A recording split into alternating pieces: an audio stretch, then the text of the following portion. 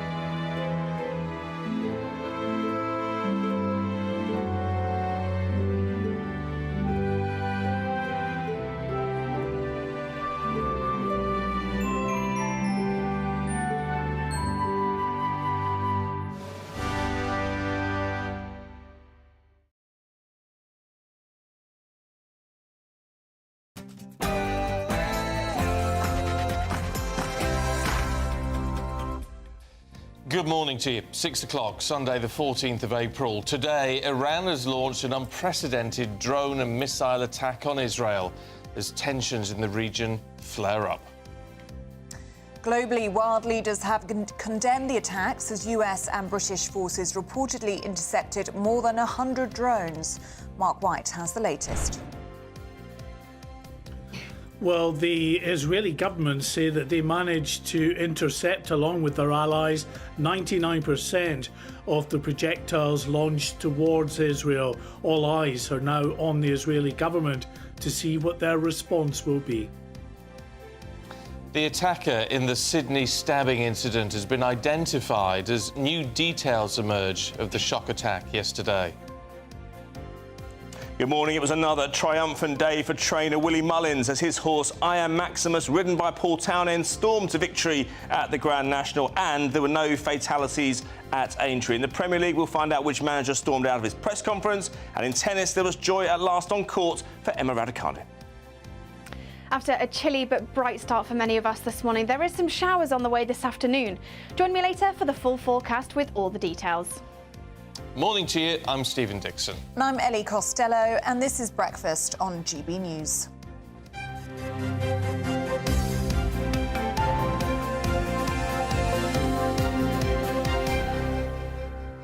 All right, there's lots to get through this morning. I'm afraid none of it's very good news, but let's kick off with Iran, which overnight launched an attack on Israel.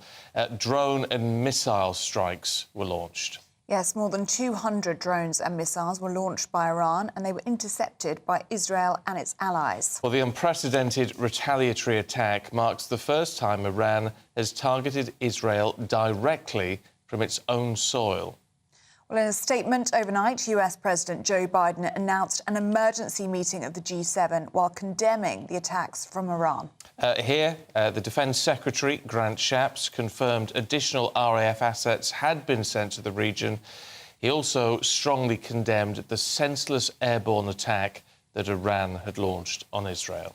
Well, joining us now is our Home and Security Editor, Mark White. And Mark, this attack took a lot of people by surprise. We were understanding, or the understanding was, it was going to be a measured response, but this is unprecedented.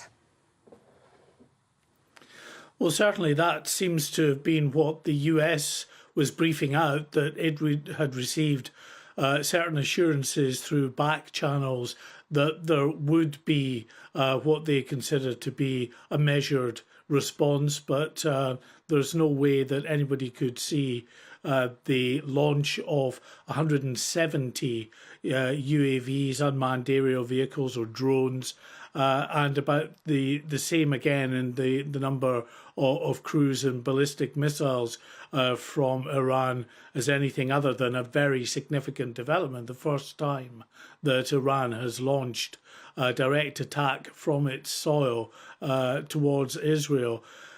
Israel, though, did rely to a very significant degree on the US for assistance, the US confirming that it helped shoot down a very significant number of the missiles and drones headed towards Israel.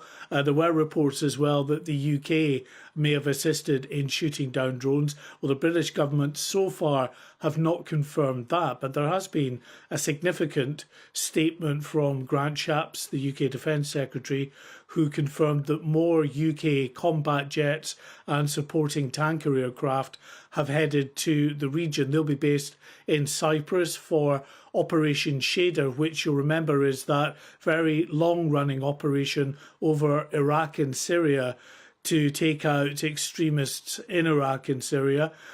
They are directed and have been given orders to intercept any missiles and drones that enter their area of responsibility. So all eyes now, I think, are on Benjamin Netanyahu, the Israeli government, to see what their response will be. Well, that's where the pressure's going to have to come in, Mark, isn't it? Because if that response is not considered, then that's where the potential for escalation comes in.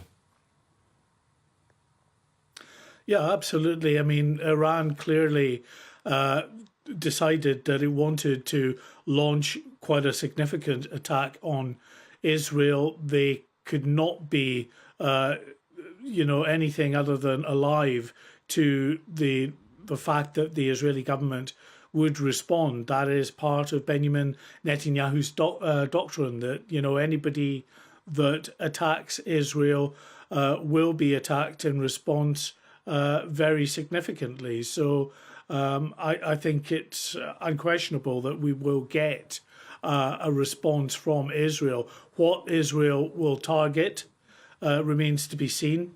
And will they go in kind after the type of military installations that appear to have been the targets on this occasion? We know that an Israeli Air Force base in the south, in the Negev region of Israel, was struck by a number of missiles but only sustained minor damage. Also, military installations in the northern Golan Heights on the border with southern Lebanon. So it might be that Israel goes after Iran's military infrastructure. But as I say, we now wait, really, to see. No one really knows exactly what the response from Israel will be, but that will determine what Iran's next move is. And there you have the potential downward spiral into a very nasty and serious conflict. OK, Mark White, good to see you this morning. Thank you very much indeed. Let's talk to US political analyst Eric Ham and defence analyst Chris Newton, who both join us now. Eric, can I start with you, because this puts a lot of pressure on the White House, of course. This unequivocal support for Israel, and yet President Biden is going to have to apply a lot of pressure, isn't he, to try to make sure this doesn't spiral out of control? That's right. In fact, we know that already the White House is touting what took place in terms of both the United States and Israel's efforts to actually thwart many of these attacks as a strategic win.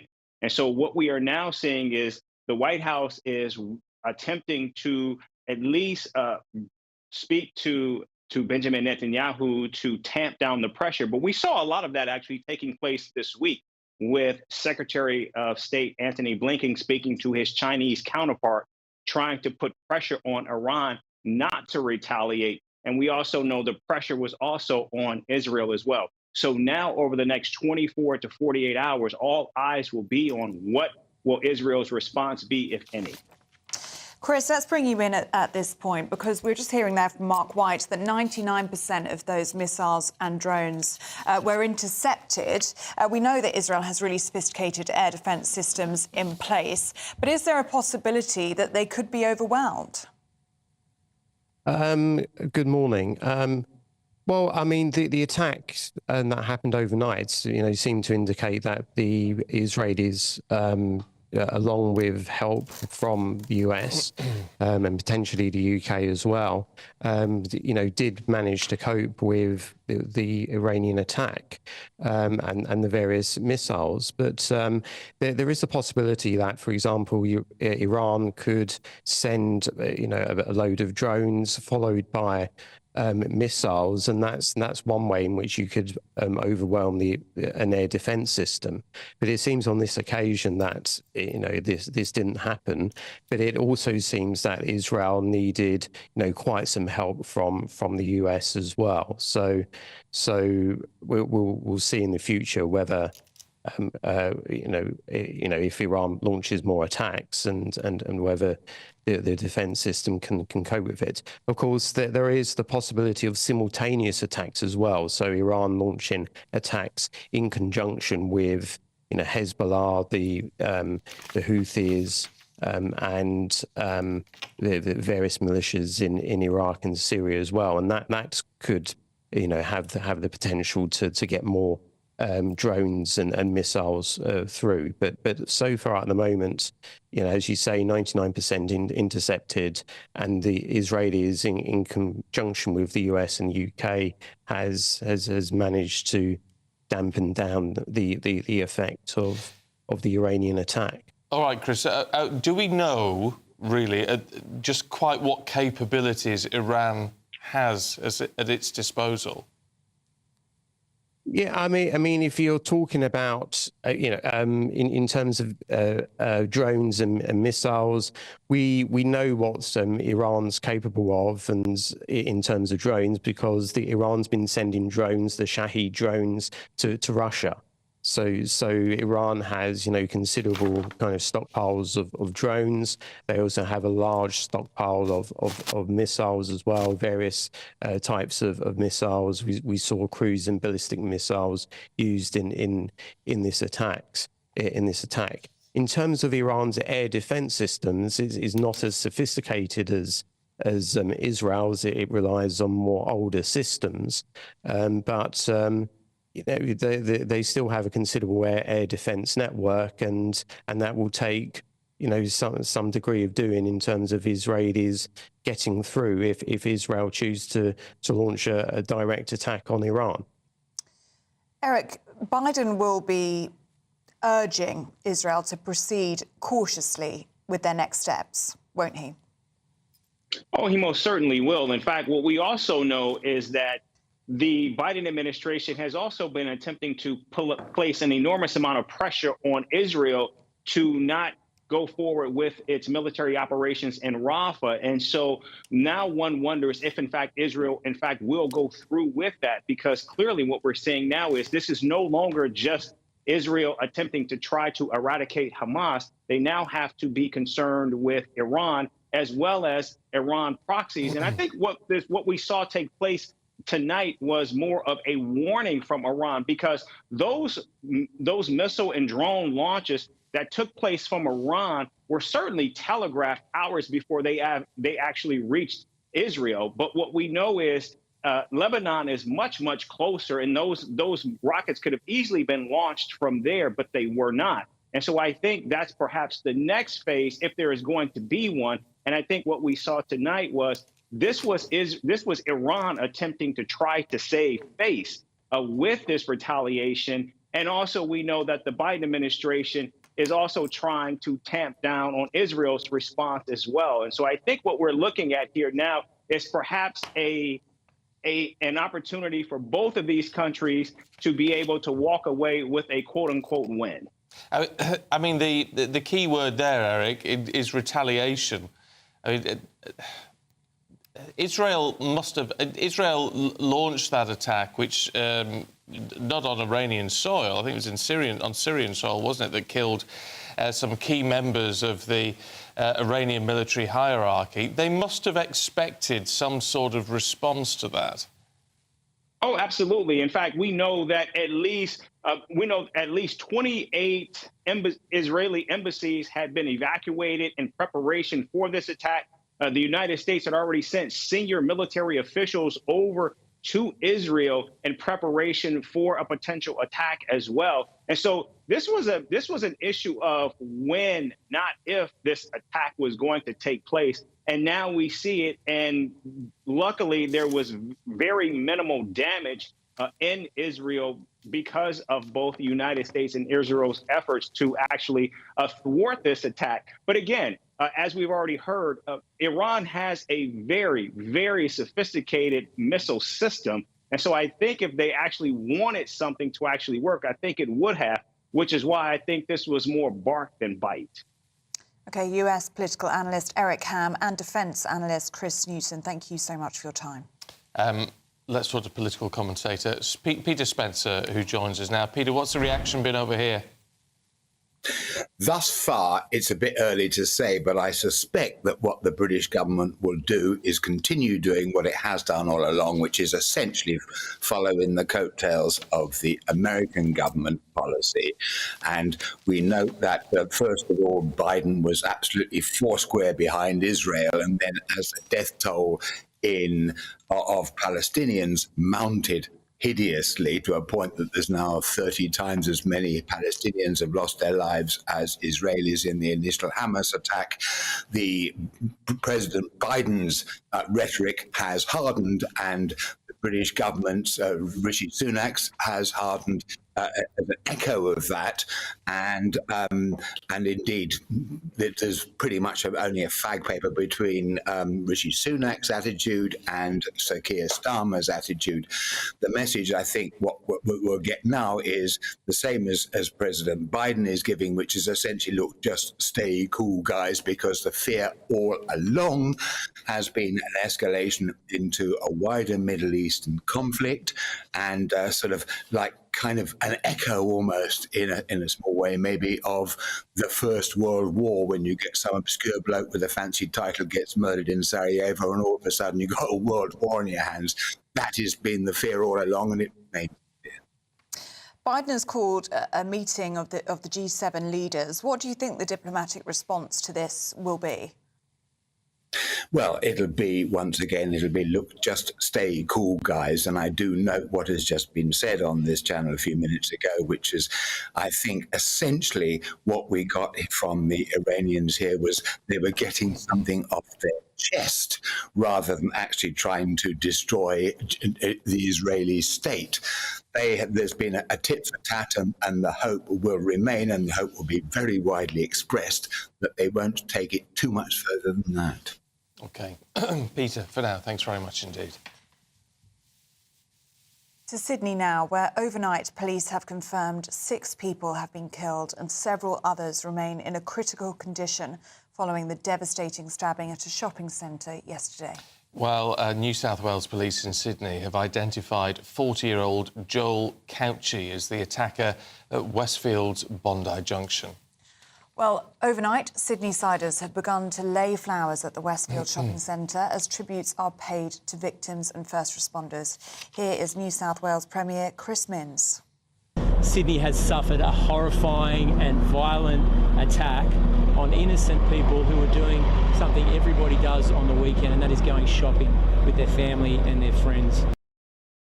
Now, well, let's talk to a reporter for the Sydney Morning Herald, Anthony Seagart, who's... apologies, his line's just gone down. We'll try and get him back because he's outside St Vincent's Hospital in Sydney, where, of course, a number of people still being treated for their injuries. I think we've got him back. Anthony, all right, there you go. Good to see you this morning, Anthony. What's the latest on the number of fatalities and, indeed, the progress of those people who've been injured? Morning, Stephen and Ellie. You're right. 6 people killed, a dozen more injured, a few more of them in hospital. A few people have been released over the last few hours, but those 6 people who were killed, we're learning more about them over the last few hours, including 38-year-old mother Ashley Good. She was seen by witnesses throwing her 9-month-old baby into the hands of strangers at Westfield Shopping Centre at Bondi yesterday. That 9-month-old baby is being held at a separate hospital, a children's hospital close by here. The family say that that child is doing well in the circumstances, but tragically her mother has passed away. We're also heard of the death of a 25-year-old woman who is the daughter of an Australian businesswoman, a businessman here in Australia, and also a security guard, the only male of 6 people killed by this man, who was killed yesterday as he attempted to stop the stabber from moving forward. What's the reaction been in Australia, Anthony? Because, of course, there must be this massive outpouring of grief for those 6 people who were killed, but also there was such scenes of bravery and courage in that shopping centre yesterday. Yeah, you're right. It really is sort of surreal that you have this immense tragedy that Australians are really not used to. One of the reasons for that is that Australia has among the strictest gun laws in the world, so we don't often see events of terror like this unfolding on such a scale. But the other reason is that, like you said, there are moments of heroic bravery that we've seen from police, from staff members, and from very brave members of the public inside that shopping centre. Among them is the possibly most brave of all, the policeman who went up and shot the gunman, the shooter. Her name, Amy Scott. She's a detective with the local police. Witnesses say that she said, "Put it down" once before shooting Joel Couchy, that 40-year-old stabber, in the chest. She then commenced CPR on that man alone, as there were no other police around to help her, and he later died at the scene. You heard from the New South Wales Premier, Chris Minns, before. She's been labelled a hero from everyone from the Prime Minister down today. But there's this other side, these 6 people killed, dozens more injured, and also the fact that it happened at such a public place. Westfield Bondi Junction is one of, if not the busiest shopping centre in Australia. It's huge, over 2 high-rises. Everyone in Sydney has shopped there many times. And the fact that we've spoken with a lot of witnesses here today and family of people that are still in hospital behind me here, they say they just can't believe that it's happened at a place that they went to so often and they always knew was so safe.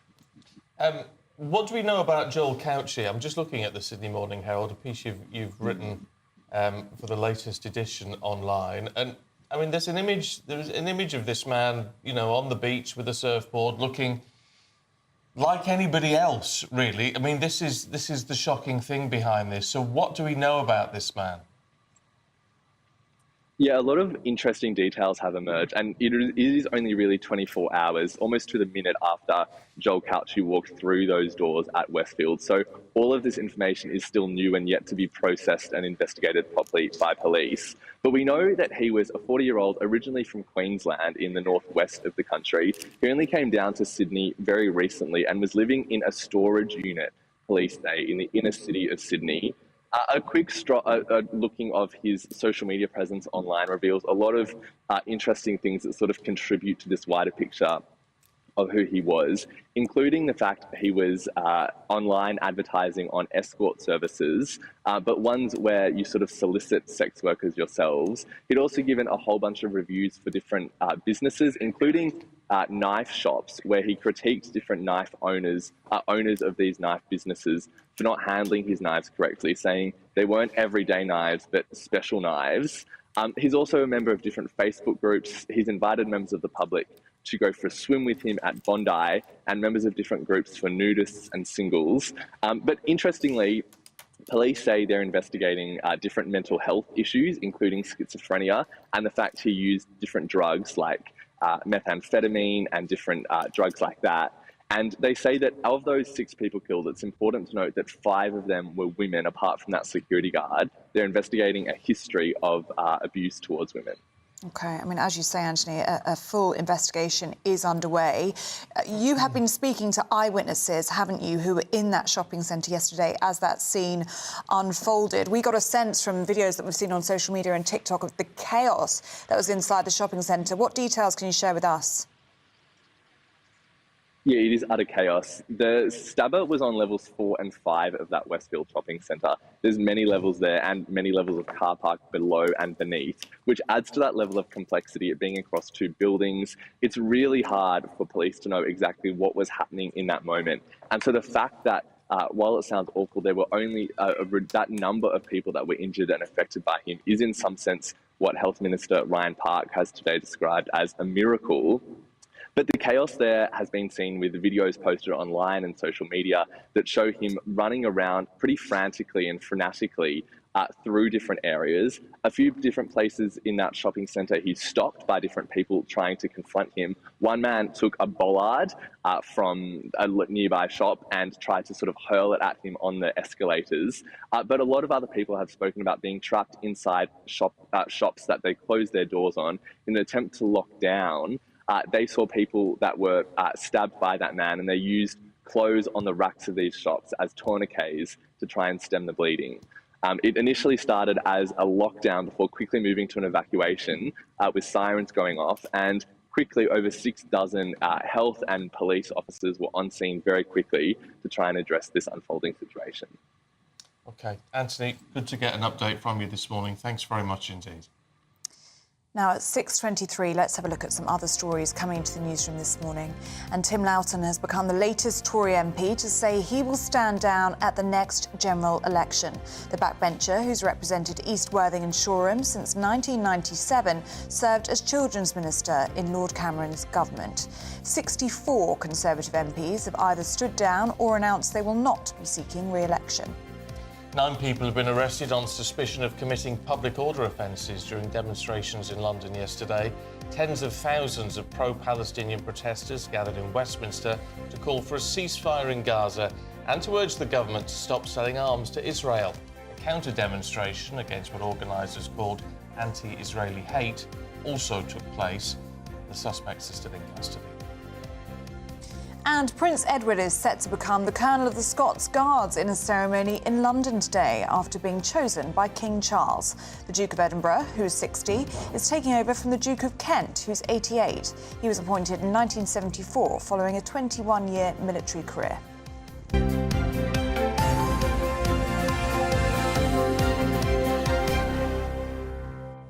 I'm quite pleased to see the Duke of Edinburgh take over that role. I know. I think it's quite nice. I think he and the Duchess are really stepping up. Oh. And it's nice that after being so years out of the spotlight, really, I think it's really positive. Yeah, I think they're such a lovely couple. And they speak so highly of each other as well. They're clearly very in love as a couple and very good at their job. They're good with people as well. Yeah. So it's been lovely, actually, to see them step up to the plate and see more of them. Yeah, as you I say. think it has. Anyway, if you've got a view about that, you can get in touch, as always. We won't be going through as many views today as you can imagine, because there's so much to get through.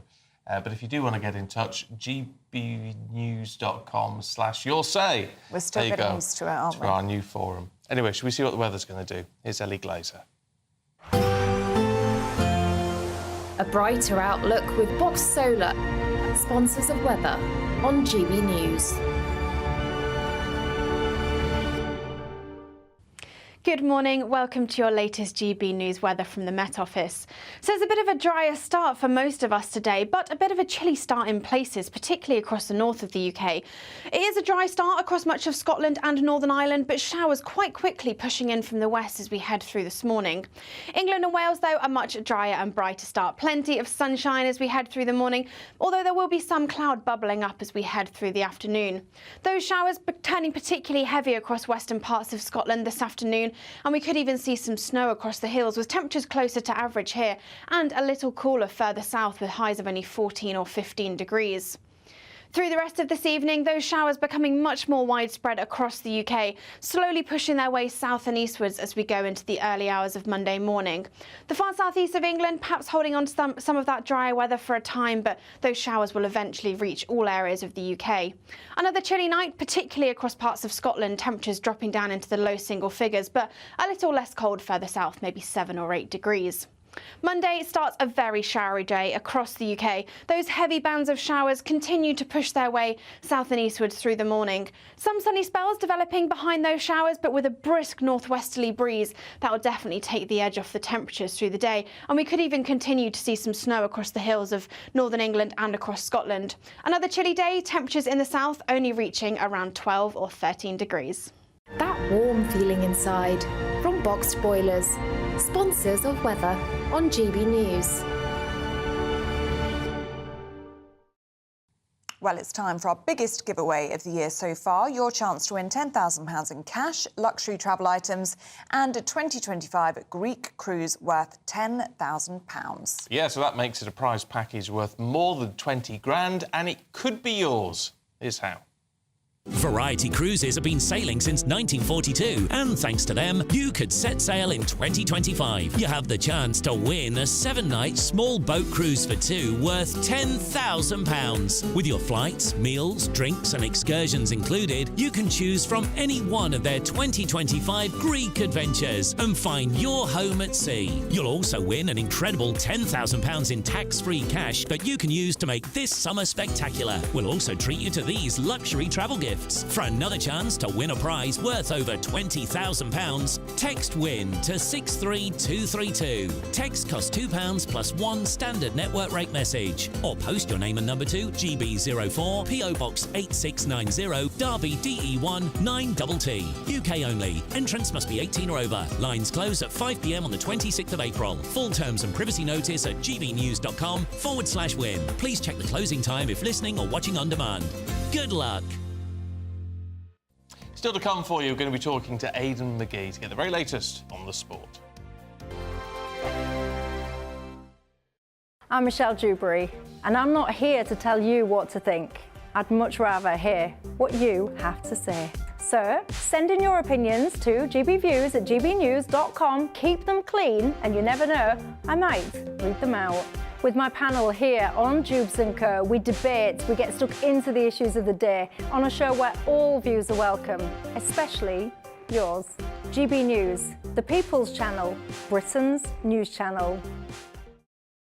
2024, a battleground year. The year the nation decides. As the parties gear up their campaigns for the next general election. Who will be left standing when the British people make one of the biggest decisions of their lives? Who will rise? And who will fall? Let's find out together. For every moment, the highs, the lows, the twists and turns. We'll be with you for every step of this journey. In 2024, GB News is Britain's election channel. GB News is the home of free speech. We were created to champion it, and we deliver it day in, day out. Free speech allows us all to explore and debate openly the issues most important to us, our families, and of course, the British people. Having challenging conversations to enlighten each other. Which is why we hear all sides of the argument. We are the People's Channel. We will always stand by the freedom to express yourself. On TV, radio and online. This is GB News, Britain's news channel. In the GB Newsroom, we bring you the news as it happens. With our team of dedicated journalists across the UK, GB News brings you accurate reporting of the day's topical agenda. When the news breaks, wherever and whenever it's happening, we'll be there. This is GB News, the People's Channel, Britain's news channel. I'm Camilla Tominey. This is GB News, Britain's election channel.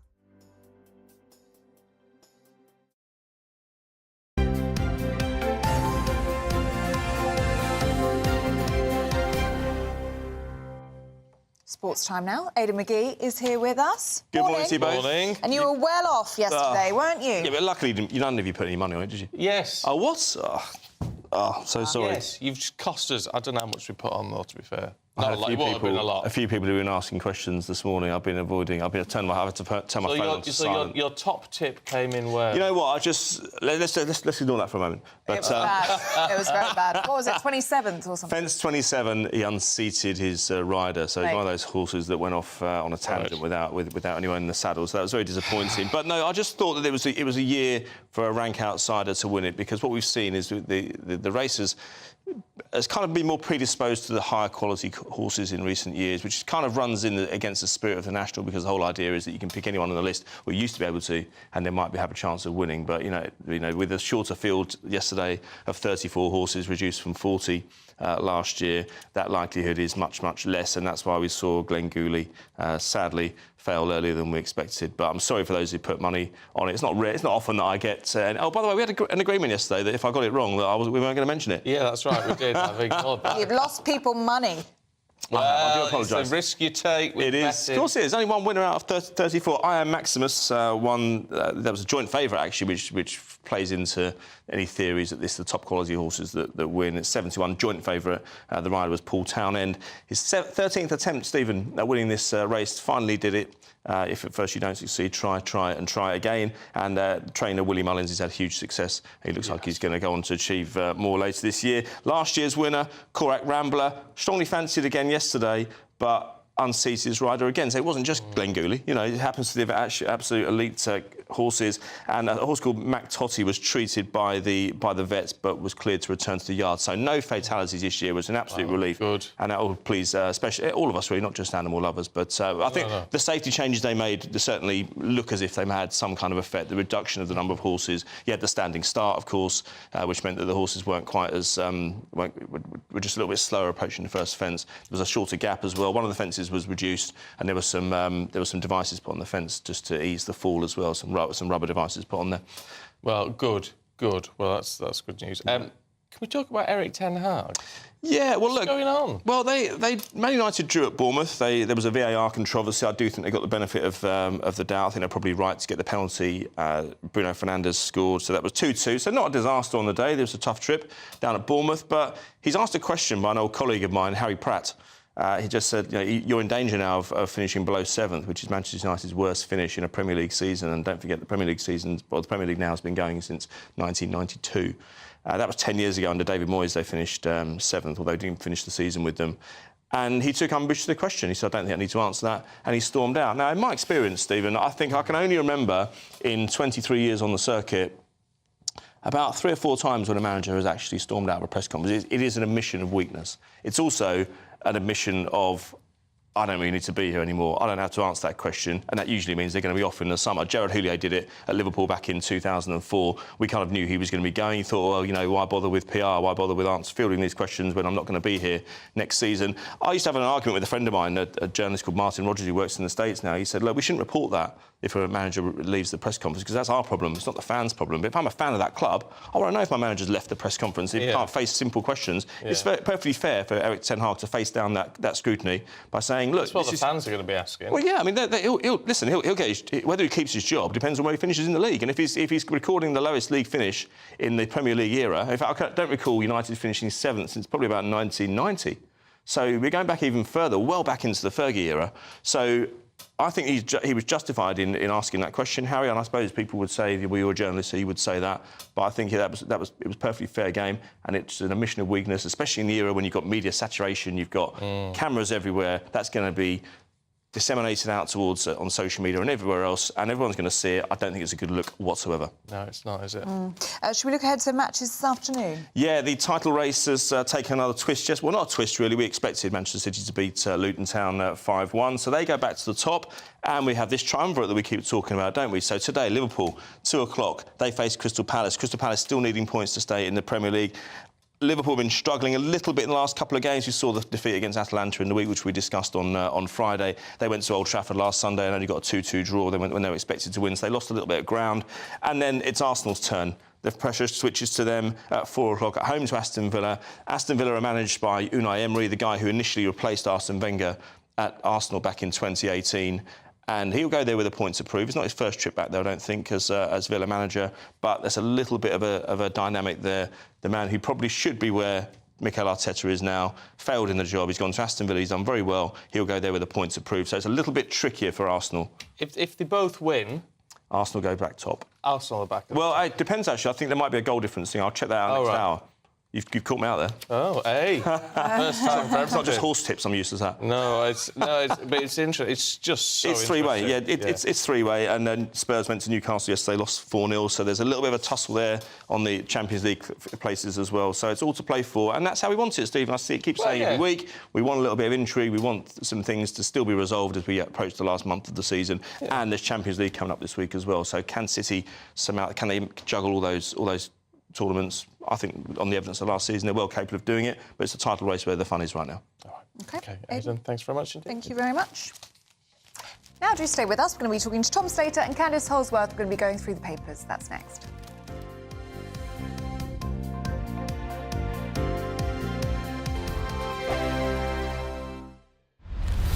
Farage, Monday to Thursday from 7 p.m. There is a kind of a Mediterranean side to that as well, because my mother came from that side, you know, a big family. And I think there is that sense of community where family is kind of key.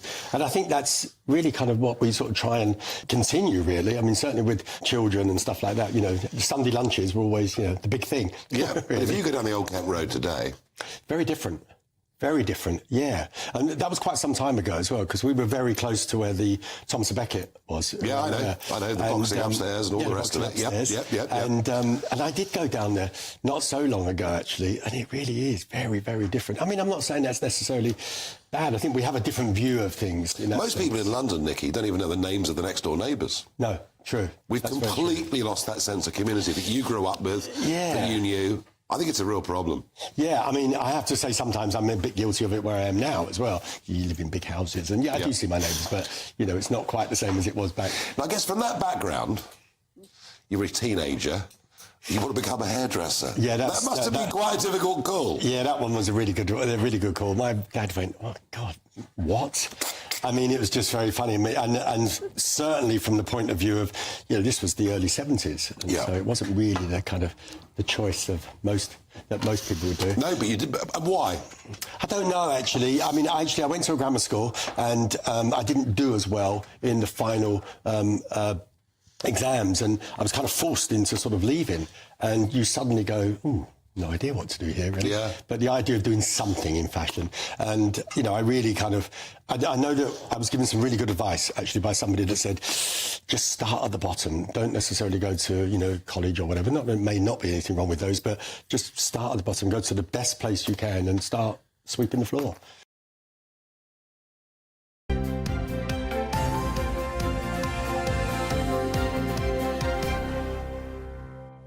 It's 6:39. Let's see what's in the papers this morning. And it's worth pointing out, of course, that what's happened overnight with Iran and Israel isn't really in the papers. So they sort of missed that one because of the timings. But we'll start with the Sunday Telegraph as the Prime Minister attacking the European Court of Human Rights. The Sunday Times leads with Business Secretary Kemi Badenoch's broadside against the NHS over gender policy.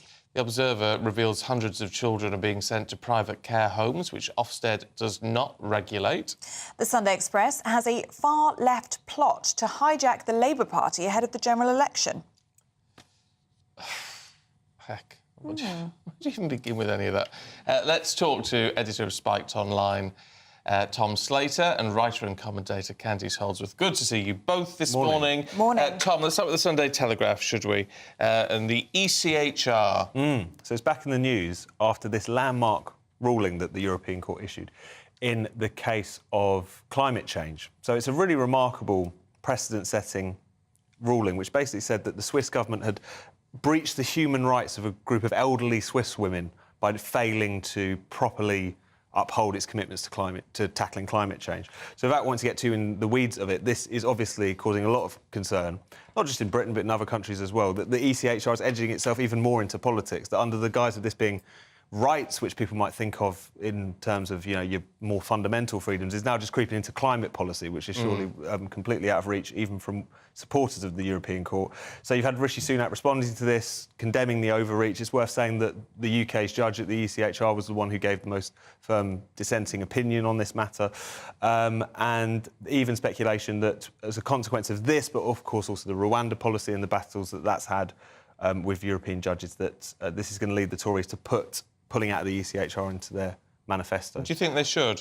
I do think they should. I think we should leave the European Court of Human Rights. I think it's long become clear that this is not really actually about upholding human rights as anyone else would understand it. It's become a means through which campaign groups who want to bring a case and then activist judges who want to stick their noses in can dictate policy. And I think particularly in a country like this, we have such a strong tradition of liberal freedoms. The idea that we need the rulings of Strasbourg to kind of keep us on the straight and narrow, I don't think has ever really added up. Yeah, I feel similarly. I feel like it's undermining the democratic process where, policy and law comes from the bottom upwards, not from the top down. And I know this case was brought by a group of women, so it did, to some extent, come from the grassroots, but you just don't know how representative they are. And I just don't think you should be conferring rights on people that they haven't asked for.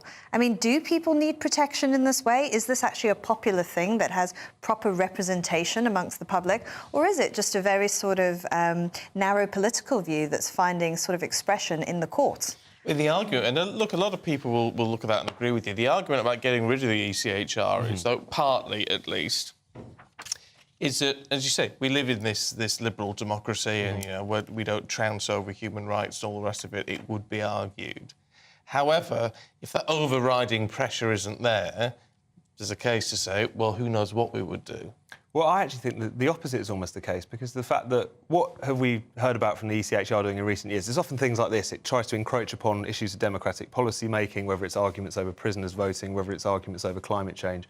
And yet, if you look at some of the most fundamental freedoms, freedom of speech is a good example, that's been trounced on by British governments, Scottish governments more recently, and the ECHR is nowhere to be seen. I mean, that Hate Crime Act should be surely something which they should be interested in. I would be surprised if it ever actually became the subject of a landmark ruling. So I think what's become clear is that it has just become encroaching upon areas of policy, basically, rather than doing what it says on the tin. And even so, I agree with Candice, is that even something about rights, they need to be enshrined in your own domestic law and your own domestic constitution. Obviously, we have an unwritten one, but still, it's something that a nation has to basically fight for itself, if you see what I mean. And even in a situation in which those were being eroded, it's not clear to me that this kind of external imposition actually helps in the fight for those rights. How could it, in a sense? Yeah. Well, let us know what you think. gbnews.com/your say. Candice, this is quite an upsetting story, isn't it? On the front page of The Observer. Yes. Hundreds of extremely vulnerable school-aged children are being sent to illegal, unregulated care homes. Yes, yeah. So the story in The Observer, which is actually not a new story. This has been going on for some time.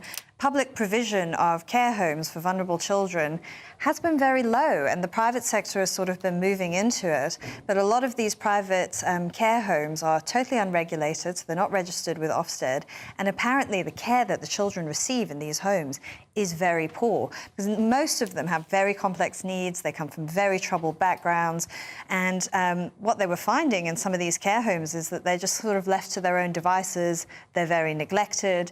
And this is becoming such a big problem now that the government is failing to meet its obligations in this area for children and social services. And then you're also seeing it in social care as well. It's becoming incredibly costly, but the quality is very, very poor. And I just wonder how we're going to resolve that at a time when people are already under a historically high tax burden and governments don't want to borrow anymore. How are we going to pay for these things with the demand rising so much? Yeah, I mean, I don't know where you even begin, because there is an argument to say we can move towards a far too regulated society. No, absolutely. And I think it's also interesting to me that how unfashionable a cause the lot of kids in care has become. Like, it's something which you hear horror stories after horror stories. There's obviously kind of previous abuse scandals people can point to. Kids in care are very overrepresented amongst grooming gang victims and things like this. All sorts of overlapping crises, if you like. But it's one of those things which just never seems to get full attention. It's one of those things which is a kind of running sort. And even in this kind of age when we're constantly told and that people are more open to thinking about the downtrodden and the oppressed and so on. This incredibly marginalised group in society, kids in care, are just kind of ignored from that conversation, which I think is pretty shameful. Why is there a rise as well? They're saying there's increasing demand for kids in care services. I mean, what's going on in the wider society? I think that's something we really need to look at as well. Yeah, big questions asked there. Tom, let's look at the Express front page, shall we? And tell us more about this far-left plot to hijack Labour. Yes, so this is concerns within the Labour Party hierarchy that essentially Keir Starmer's troubles with Angela Rayner, which I know we're going to get onto if we have time, might create an opening for the left of the Labour Party, or even the left outside of the Labour Party as well. So fundamentally there's this concern that if Angela Rayner was to step down as a consequence of her legal trouble, that there would be an attempt by the Labour left to install a left-wing candidate. There is talk of Zara Sultana, who has been a kind of leading light of the kind of post-Corbyn left of the Labour Party, if you like. But there's also all of these candidates who are cropping up again around the country who are either ex-Labour or Green Party or outside the Labour Party, who are standing against various Labour MPs, primarily on the issue of Palestine, essentially. So this kind of concern that we're going to see Labour civil wars come back into focus, because, as everyone knows, whilst the Labour Party has this commanding lead in the polls at the moment, it is not because everyone is going to be rushing to the ballot box to endorse Keir Starmer, that they're absolutely loving him, that this is a fantastic movement throughout society. They are largely winning by default, and there is concerns even within Labour. There's a source here saying we know our lead is very soft. So a concern that infighting could start to really hit them electorally. Whether or not the Labour left are kind of strong and organised enough to mount some sort of takeover is not entirely clear. I mean, was struck by how quickly after Corbyn left they became quite marginalised within the Labour movement. But at the same time, it could cause problems for them, just because even headlines like this is not going to be useful for the Labour Party leadership. No, it doesn't take much to frighten people, does it, in the wake of Jeremy Corbyn? I mean, you've got to, as much as people, you know, liked the Brexit election and they liked what Boris was saying, let's get on with it. I mean, that was clearly an election winner for Boris Johnson, but also people were scared of Jeremy Corbyn. Oh, absolutely. I mean, Tom and I were just talking in the break about how Twitter, you know, was in some alternate reality. They thought Jeremy Corbyn was going to be elected. But if you were in touch with the wider electorate, I mean, you knew there was absolutely no prospect of that happening. I mean, a family member of mine who's very involved in Labour politics in the north, I mean, she said just from going on the doorstep, she could see straight away people were not happy. And I think that this is something that the Conservatives would hope to sort of get going again, like the sort of return of the Corbynist far left in Labour, and that's their sort of way of undermining maybe what Keir Starmer has tried to project as this new Labour image. And that's the only... I think that's one of the few things that the Conservatives can hope for, is a Labour implosion.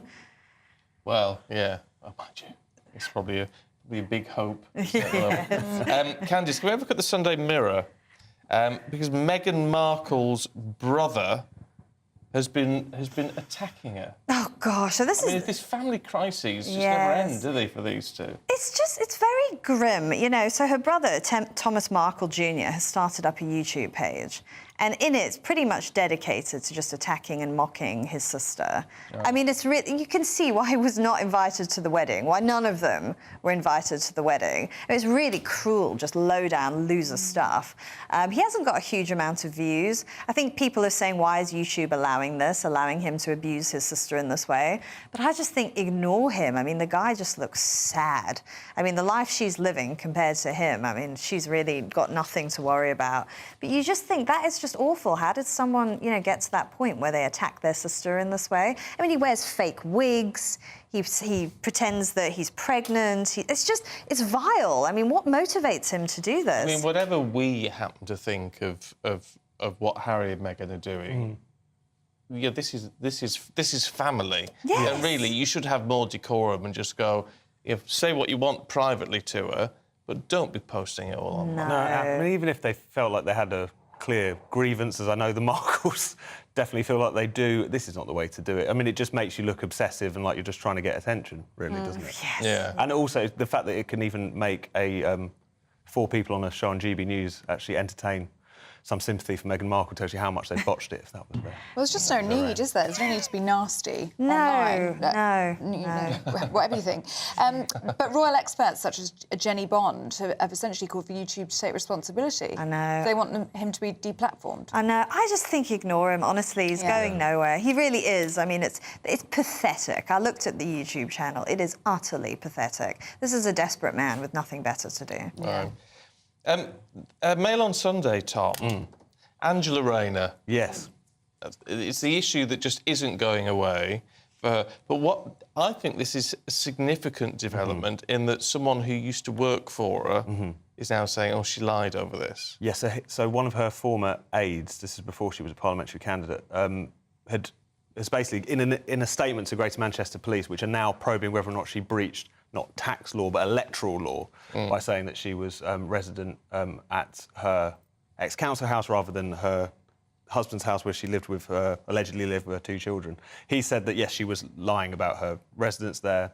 He says that, he'd gone to meet her at this particular place. It was quite clear that she wasn't properly living there. This obviously comes after a lot of reporting from the Mail on Sunday and elsewhere showing that neighbours that they'd spoken to said that she was effing lying to say that she actually lived there, that she used to even refer to herself as the landlady of that particular property rather than actually being somewhere that she lived. So mounting pressure, not least because of the fact that Angela Rayner herself has said that she will fall on her sword if she is found to have been guilty of a criminal offence. It would almost have been possible for her not to say that, given that she spent the best part of the past 4 years calling on for all kinds of Tory MPs to resign or to apologise for various minor legal indiscretions.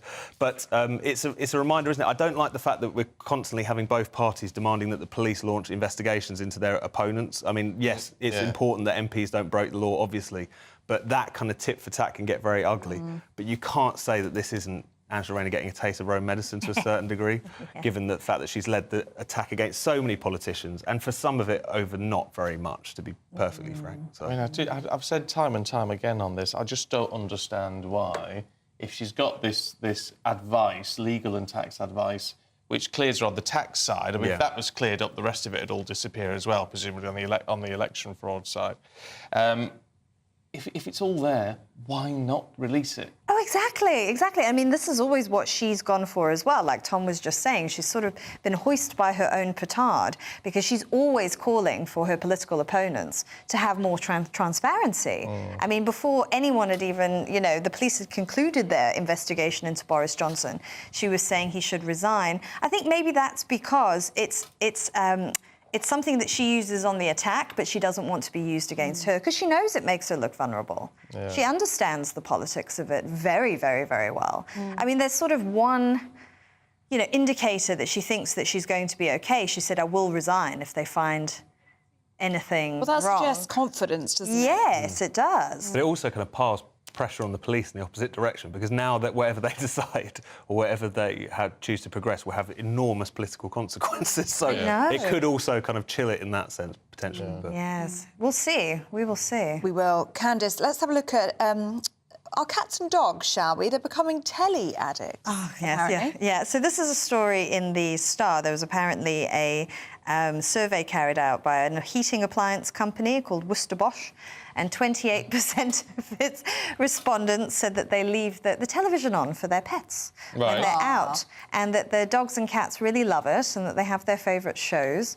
I must say, as a pet owner, though, I do find that a little strange. Like, my dog has never shown any interest in the television. How do you know if they've got a favourite show if you're not there? Have they polled them for that? They capture it on camera, apparently. Oh, I see. They film the dog cams. Yes. But dogs like to smell things and hear things. They're not as guided by sight as we are. They like to curl up with a good book. Television people. I've heard of the radio being left on for dogs. Our family dog, we'd always put on the radio. Yeah, we leave the radio on. Oh, do you? It's meant to be good for company. They feel like they're not alone in the house. See, I just never do, because I think she's happy, just sort of sat there listening and, smelling, and she doesn't need the things that we need. Yeah, well, I think that's true.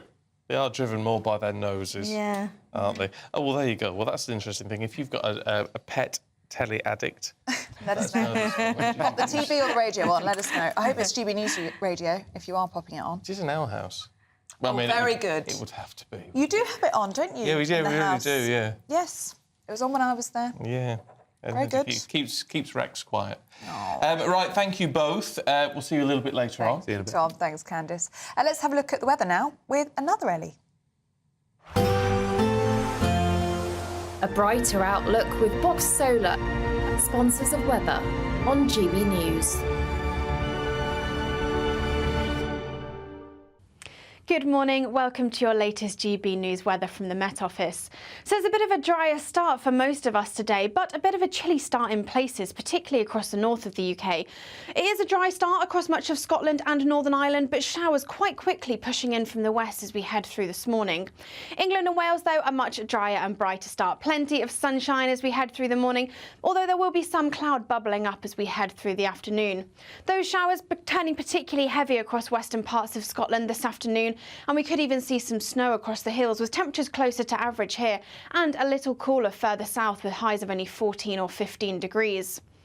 Through the rest of this evening, those showers becoming much more widespread across the UK, slowly pushing their way south and eastwards as we go into the early hours of Monday morning.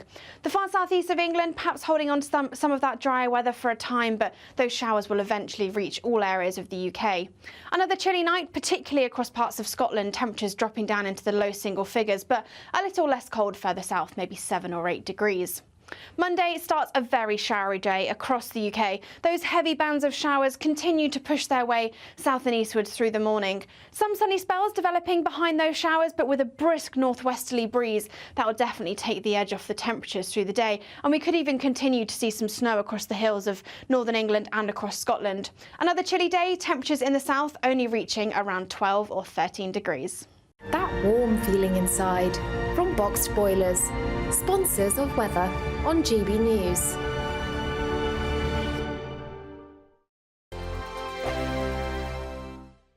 This is your chance to win our biggest prize of the year so far. First, there's a totally tax-free £10,000 in cash for you to spend this summer. Then, we want to send you on a bespoke 7-night small boat cruise for two worth £10,000. Thanks to Variety Cruises, you'll be able to choose from any of their 2025 Greek adventures and discover Greece like never before. And with flights, meals, drinks and excursions included, all you have to do is relax. We'll also give you these terrific travel treats. For another chance to win a prize worth over £20,000, text prize to 63232. Text costs £2 plus one standard network rate message. Or post your name and number to GB04 PO Box 8690 Derby DE1 9TT. UK only. Entrance must be 18 or over. Lines close at 5 p.m. on the 26th of April. Full terms and privacy notice at gbnews.com/win. Please check the closing time if listening or watching on demand. Good luck. Good afternoon, Britain. Good afternoon, Britain. Weekdays from midday, we bring you the most compelling stories from across the United Kingdom. And why it matters to you. From your doorstep to our inbox. That's right, we want to hear from you. Good afternoon, Britain. Only on GB News, the People's Channel, Britain's news channel. Every Sunday from 11, join Michael Portillo. There will be topical discussion, looking at the week before and the week to come. So kick back and relax at 11 a.m. on Sundays on GB News with me, Michael Portillo. GB News, the People's Channel, Britain's news channel. Your weekend starts here with Friday Night Live with me, Mark Dolan, 8 till 9 on GB News. Big stories, big guests and big laughs as we get you ready for a cracking weekend. That's Friday Night Live with Mark Dolan. Fridays 8 till 9 on GB News. Bring your own drinks. The admission's free.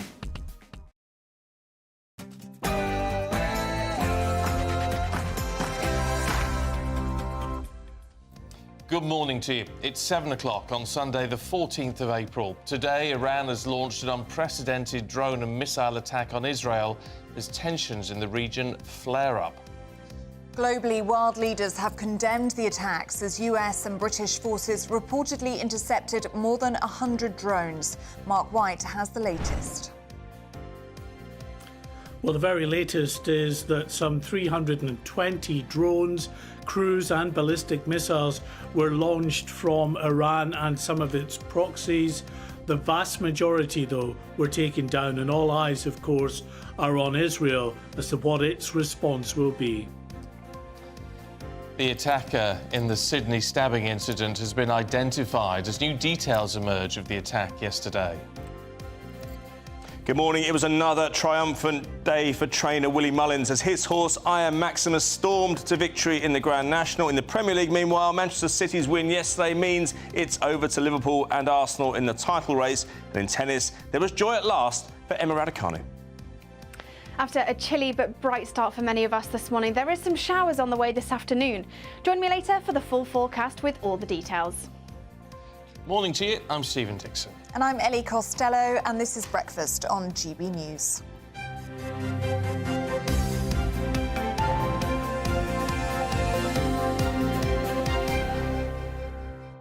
All right, let's crack on then with what's been going on, because it's been a very busy night. Iran has launched an overnight attack on Israel, an unprecedented drone and missile strike. Yes, an Israeli defence official has revealed that more than 300 drones and missiles launched by Iran last night. It marks the first time that Iran has targeted Israel directly on its own soil. Well, President Biden announced an emergency meeting of the G7 while condemning the attacks. And UK Defence Secretary Grant Shapps confirmed additional RAF assets had been sent to the region, while also strongly condemning the senseless airborne attack that Iran had launched on Israel.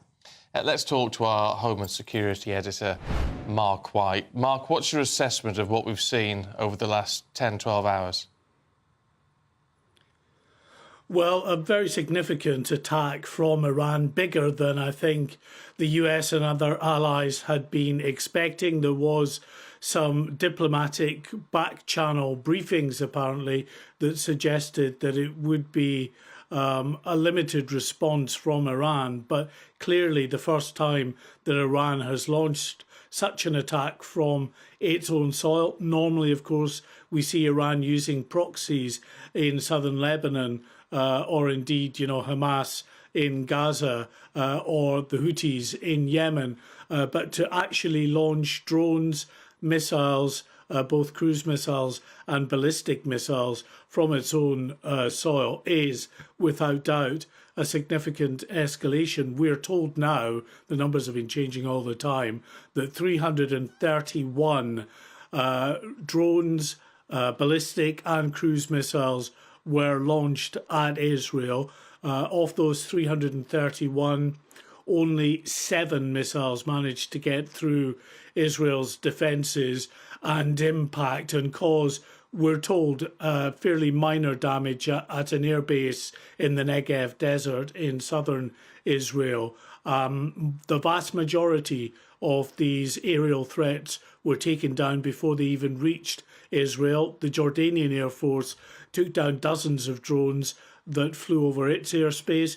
We know, according to US President Joe Biden, that the US military was involved in taking down a very significant number of these aerial threats as well. And add into that the Israeli military itself in the form of its combat jets, its naval assets, and its Iron Dome and other missile defence systems. The vast majority of these missiles and drones were accounted for, but that doesn't mean that Israel at the end of the day is going to leave it at that. There is no doubt that Benjamin Netanyahu is looking at retaliation. Yes, as you say, Mark, all eyes now on Israel and looking at what a response may be, because any escalation is going to take the region into perilous territory. Yes, and this is a real difficulty because Iran have said, actually, in the form of a statement through its permanent mission at the United Nations, that this attack on Israel was in response to that attack on their consulate in Damascus on the 1st of April, and they had the right to do that under Article 51 of the UN Charter, the right to self-defence. But they also said that that first wave had been launched, but as far as they were concerned, the matter was concluded. However, they added that should Israel decide to respond, then they would respond in kind. And this is the difficult situation we could potentially be facing. It really depends now on what Israel does. If Israel launches a direct attack on Iranian soil, as many are fearing, then that will, I think, also trigger another escalatory response from Tehran. Interesting, of course, that President Biden has talked about the sort of ironclad relationship with Israel and the fact they will... But I mean, there's a big difference, though, Mark, isn't there, between saying we will help protect Israel to saying, well, we're going to support Israel if they decide to continue this tit-for-tat. That's an excellent point, and diplomatic sources are suggesting just that, Stephen, that although President Biden, he had an overnight telephone call with Benjamin Netanyahu, did, of course, reiterate that ironclad support for Israel in its defence. In terms of what comes next, whatever Israel decides to do, and as I say, we know they will do something, America is not, we're told, going to participate in any of that action. America is, and its troops in that region are facing a difficult enough time of it anyway. They will be seen, as they always are, as legitimate targets as far as Iran and its proxies are concerned. And the very fact that the US military took part in downing many of these missiles and drones will re-emphasise, I think, in the minds of the Ayatollahs in Tehran that the US remains a legitimate target for them. OK, Mark White, thank you very much indeed. Well, let's talk to freelance journalist Yotam Confino, who's in Israel for us this morning. Yotam, what is the mood there? Because there's been so much protest against what Netanyahu's been doing of late. We've seen that build over the last couple of weeks or so. Does this attack last night, does that change the dynamic? I think it does change the dynamic, and I think the mood went from being just anxious, an anxious atmosphere overnight, fear for what this attack could actually do to Israel, whether the defense missile system could actually work, and to this morning, people waking up with a sigh of relief and even a feeling of achievement. Like the IDF said, it is a significant achievement to shoot down 99% of missiles coming from so many different directions. We have to remember attacks were launched both from Iran, from Yemen, from Iraq, and from Lebanon, all at the same time, triggering sirens all across Israel. So to have 350 missiles and drones fired at you at the same time without anyone being killed or any significant damage, that is very significant, a significant achievement. And it goes to show that Israel has a qualitative edge over Iran's military. And now Israel is in its right to attack again. And it is expected that it will do it. And now it's a very good chance for, especially for Prime Minister Netanyahu, to do what he always wanted to do, to attack Iran's nuclear reactors. And it remains to be seen whether he's going to significantly escalate to that point. But nevertheless, Israel has a situation now where it's under control, it has the backing of all of its allies, and it can launch an attack on Iranian soil without being condemned by its allies. How are people in Israel feeling about that, though? All eyes must be on Netanyahu now about what that response will be. But surely if Israel retaliates with a direct attack on Iranian soil next, this could be a huge escalation in the region. It could, but everything depended on what happened last night. Everyone waited to see how efficient Israel's missile defense system is when it comes to that level of attack. Now that it's proven incredibly successful, I think most Israelis would like for Israel to really go hard. Because Israel, and we forget this because nobody talks about it. Everything we talk about on the news is what's happening in Gaza. Israel has been under attack for 6 months straight, every single day, from Iran's proxies in Lebanon, and of course also the Houthi rebels in Yemen, and sometimes militias in Syria and Iraq. This is quite unprecedented to have a 6-month period with daily attacks without the world rallying behind the country that's being attacked. So now the mood has shifted, and I think most Israelis would like for Israel to take advantage of this, the sudden sympathy for Israel again after months of being condemned for what it's doing in Gaza. But it's interesting, though, that you say Netanyahu could act now and strike hard without the risk of being condemned by allies. that is a risk, isn't it? It's a risk from Biden. It's certainly a risk from the UK because not because they don't have a right to retaliate, but because people want to dampen this down now rather than fire it up. That's true. It obviously depends on what Israel does. If Israel were reckless like Iran and started firing ballistic missiles and whatnot all across Iran and hitting, let's say, civilian areas, that would lead to an immediate condemnation from Israel's allies. That's not what Israel's going to do. Israel's going to go after its military targets. It's not stupid enough, hopefully, to go out and attack civilian areas in Iran. That would make no sense. They should go after their military targets, which they will, and it will be very difficult for the United States and for the UK, for example, to condemn such a response. They might say that they want to de-escalate the situation, but given what we saw last night, I don't think that they can go out and publicly condemn Israel for attacking Iran's military after what happened. And Yotam, what does this mean for the conflict in Gaza, for Israel's aims to wipe out Hamas and to rescue those hostages? Because surely with this now happening, this threat from Iran, and there could potentially be attacks now from Hezbollah and the Houthis and various militia in the region, could Israel be overwhelmed?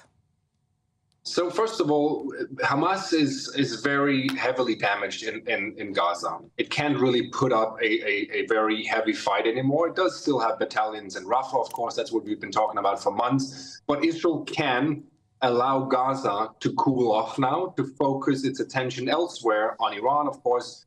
And this is expected, really. This is good for Hamas.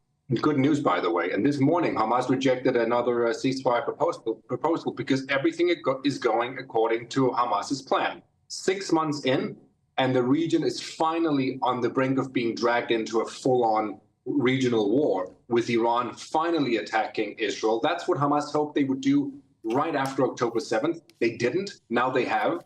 This is perfect. Yahya Sinwar, Hamas's leader, sits somewhere in a tunnel in Gaza with whatever device he's watching the news on, and he is overly happy about this situation. It couldn't have been better for him. He doesn't have to release hostages now because focus will be on Israel and Iran, and he's got a life guarantee, really, for him with all the hostages inside Gaza. For now, at least. It's not over, but for now, that's the situation. OK. Yotam, thanks very much indeed. Now to Sydney, where overnight police have confirmed 6 people have been killed and several others remain in a critical condition following the devastating stabbing at a shopping centre there yesterday. Well, police in New South Wales have identified 40-year-old Joel Couchy as the attacker at Westfield's Bondi Junction. Well, Sydney-siders have begun to lay flowers at the Westfield shopping centre as tributes are paid to victims and first responders. Here's the New South Wales Premier, Chris Minns. Sydney has suffered a horrifying and violent attack on innocent people who are doing something everybody does on the weekend, and that is going shopping with their family and their friends. OK, let's talk to former Australian Member of Parliament Tim Smith, who joins us now. We can't imagine, Tim, quite what the state of shock is going to be as this investigation continues. The aftermath of this dreadful attack is going to haunt Sydney-siders for many, many weeks to come. Yes. Good morning, guys. It's I mean, I wish I actually wasn't speaking to you this morning about this because it's such an horrific event, and one of my closest friends, best friend's daughter, was murdered. And I mean, the shock of that, when I was informed about this last night, was absolutely unbelievable. And my heart goes out to all the families who've lost loved ones in this senseless and shocking attack. You just don't think that at Bondi Junction you're going to go to a shopping mall on a Saturday afternoon and see a mass murder. And that's what Sydney-siders were faced with on Saturday afternoon. And again, I'm just completely shocked. I mean, I have been to that shopping centre so many times, and to see that horrific violence is just, it's unbelievable. And again, my heart goes out to all the people that have lost loved ones, and it's such an unbelievable tragedy for Australia. Tim, we can hear the emotion and the shock in your voice there, and we're really sorry to hear about your friend's daughter who so sadly lost her life yesterday. It is a lot to process, isn't it, for Australians? It's not something that you see very often at all in your country. And you'll have the 6 people, of course, that outpouring of grief for those 6 that died yesterday. And I'm sure there's also a reflection on the moments of bravery and real courage that you saw from your fellow Australians yesterday. The extraordinary bravery of the police inspector, the New South Wales police inspector, Amy Scott, was unbelievable. She ran towards the screams and the violence, and she shot the assailant without even thinking about it. And it just shows you the immense bravery of our police force and our first responders. And it shows you also the bravery of random members of the public. There was a man who used a bollard to stop the murderer from coming up an escalator. He saved lives. So, I mean, there were members of the public, there were police force members who did unbelievable work to save members of the public. Had that police officer not been there, and she just happened to be in the vicinity, this would have been a far worse tragedy than what took place. There have been 6 people who have died, quite tragically. But had that police officer not been there and had not discharged her firearm in the way that she did, this would have been much worse. So I thank that New South Wales police officer for her immense bravery, and she saved lives, and thank God that she did. But again, I mean, a 25-year-old girl was murdered going shopping on a Saturday afternoon in Sydney. This girl was a very close friend of a friend of mine, and my heart just breaks for their family. It really does.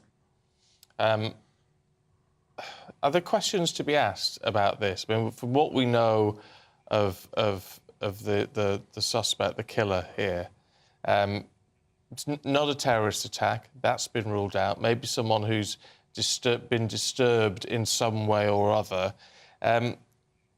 Are there questions to be asked of the police or the authorities as to why perhaps he wasn't being more closely monitored? Look, I'm sure that will happen. I'm sure there will be an investigation. I'm sure that people will legitimately ask questions. But from what I have read, the murderer had schizophrenia. It was a lone wolf attack, so to speak. He was wielding a knife. Australia has some of the toughest gun laws in the world. But at the end of the day, you can't stop people buying kitchen knives, can you? And, I mean, I'm sure there will be an investigation. As I understand it, this man was known to police, so the question will be inevitably asked, well, why wasn't he monitored more closely? But I do think we have to understand that there are people in society who are disturbed. This man was clearly disturbed, and unfortunately, he's murdered 6 people in a shopping mall, and it's an utter tragedy. I don't think that anyone is to blame here except for the murderer himself, but I'm sure there will be an investigation and the various authorities will get to the bottom of what actually happened here. Yeah, absolutely horrific. Tim, just for us here in the UK, you've described Westfield Shopping Centre. You said that you've shopped there yourself. It is a huge crime scene, isn't it, for police to now investigate? They've promised this lengthy and precise investigation, but it is a very, very large shopping centre, isn't it? And that does help us to understand some of the scenes of chaos that we saw on social media yesterday, people trying to get out of that building. Well, Bondi Junction Westfield makes the Westfield at Shepherd's Bush look rather small, to be honest, to put that in London parlances. So it is an enormous shopping centre, and it's now currently closed. It's a huge crime scene. For people who are watching this morning and listening on radio, this shopping centre in Bondi Junction in Sydney is literally one of the biggest shopping centres in Australia. And for it to be closed and for it to be a murder scene is just unbelievable. So all I can say is no one would have predicted this a couple of days ago. And for it to have occurred in the way that it did, I think will have shocked Sydney and indeed Australia to its very core. OK, Tim Smith, appreciate your time this morning. Thank you. I think it is really important, actually, to to applaud that police officer as Tim did. Oh, yeah. Amy Scott. Well, the one thing I have thought about with her repeatedly is she'll be in an absolute state of shock. She will. You know, the taking of a life, even under those circumstances, is not easy. No. And she will need help through that. And there's been pictures online, which you probably don't want to see, to be fair. They're graphic. But of her kneeling over the body and checking the body afterwards, you know, doing what you can. She actually administered CPR, doesn't she? Yeah, After I mean, she shoots him. It's incredibly brave what she did, but there are consequences to that, and she will have to deal with that, and it will not be easy. And she looks young herself as well. I mean, usually police officers travel in pairs, don't they? It was quite rare for her to be by herself, but she ran towards the chaos, ran towards the screams. Incredible job. Just such bravery, such courage, and the first responders have been fantastic in this situation, and no doubt she saved so many lives, as did that man that you spoke about yesterday. The man with a bollard. Could we have done that? You look at things like that and think, would I have done that? And I just don't know. You like to think you would. You'd like to think you would, but I mean, standing at the top of the escalator with a big bollard and stopping this big fella with a very big knife from coming up. It's incredible bravery. And I was hearing this morning from an eyewitness that man who kind of defended that escalator to stop the attacker coming up the escalator, on that level that he was defending was a children's play area.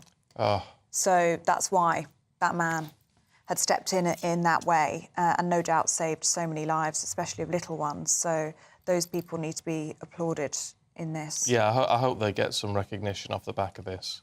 Yeah, medals of bravery, certainly. Just remarkable. And of course, huge outpouring of grief for those 6 that died. I mean, a 25-year-old girl, we're just hearing from there that Tim knew. Just absolutely horrific, isn't it? And then, of course, the young baby. mom, and when you look at... I mean, it's heartbreaking to see pictures of her online now. I mean, gorgeous lady. Beautiful woman. With her 9-month-old child who's still in hospital with serious injuries. It just beggars belief. It absolutely beggars belief. But anyway, at least it's not an ongoing investigation to try and find this man. No. You've got to And he was working alone. So at least that, you know, it's been dealt with in that sense, but that's obviously cold comfort for anyone involved in this, I should think. Certainly is. Look, at 23 minutes past 7, let's take a look at some other stories coming into the newsroom this morning. Yeah, Tim Loughton has become the latest Tory MP to say he's standing down at the next election. He's represented East Worthing and Shoreham since '97 and served as Children's Minister in David Cameron's government. 64 Tory MPs have announced they will not be seeking re-election. 9 people have been arrested on suspicion of committing public order offences during demonstrations in central London yesterday. Tens of thousands of pro-Palestinian protesters gathered in Westminster to call for a ceasefire in Gaza and to urge the government to stop selling arms to Israel. A counter-demonstration against what organisers are calling anti-Israel hate also took place in the area. The suspects remain in police custody. And Prince Edward is set to become Colonel of the Scots Guards in a ceremony in London today. He's been chosen by the King. The Duke of Edinburgh is taking over from the Duke of Kent, who was appointed back in 1974.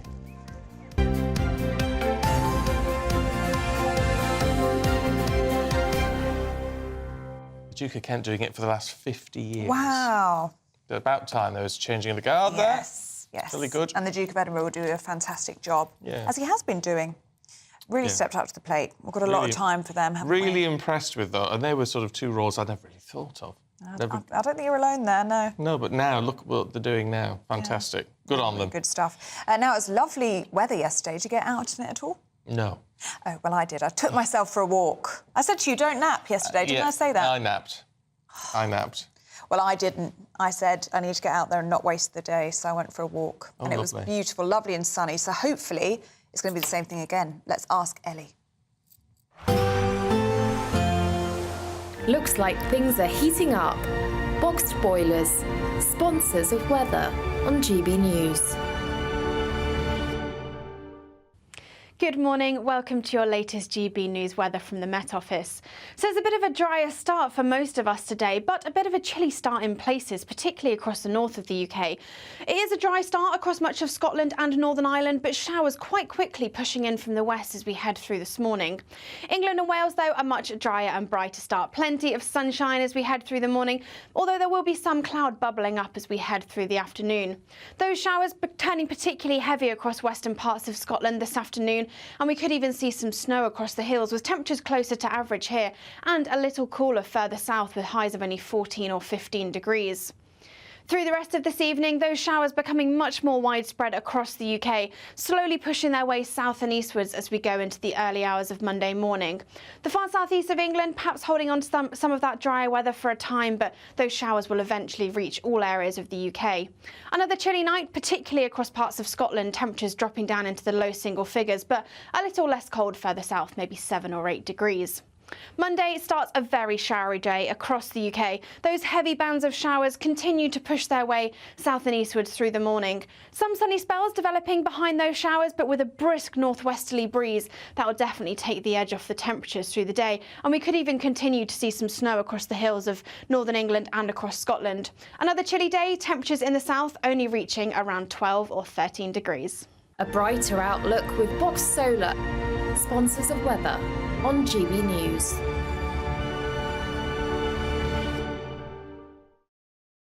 OK, time for our biggest giveaway of the year so far. You can win £10,000 in cash, luxury travel items and a £10,000 Greek cruise in 2025. Yes, it's a prize package worth over £20,000 and it could all be yours. Here's how you could win.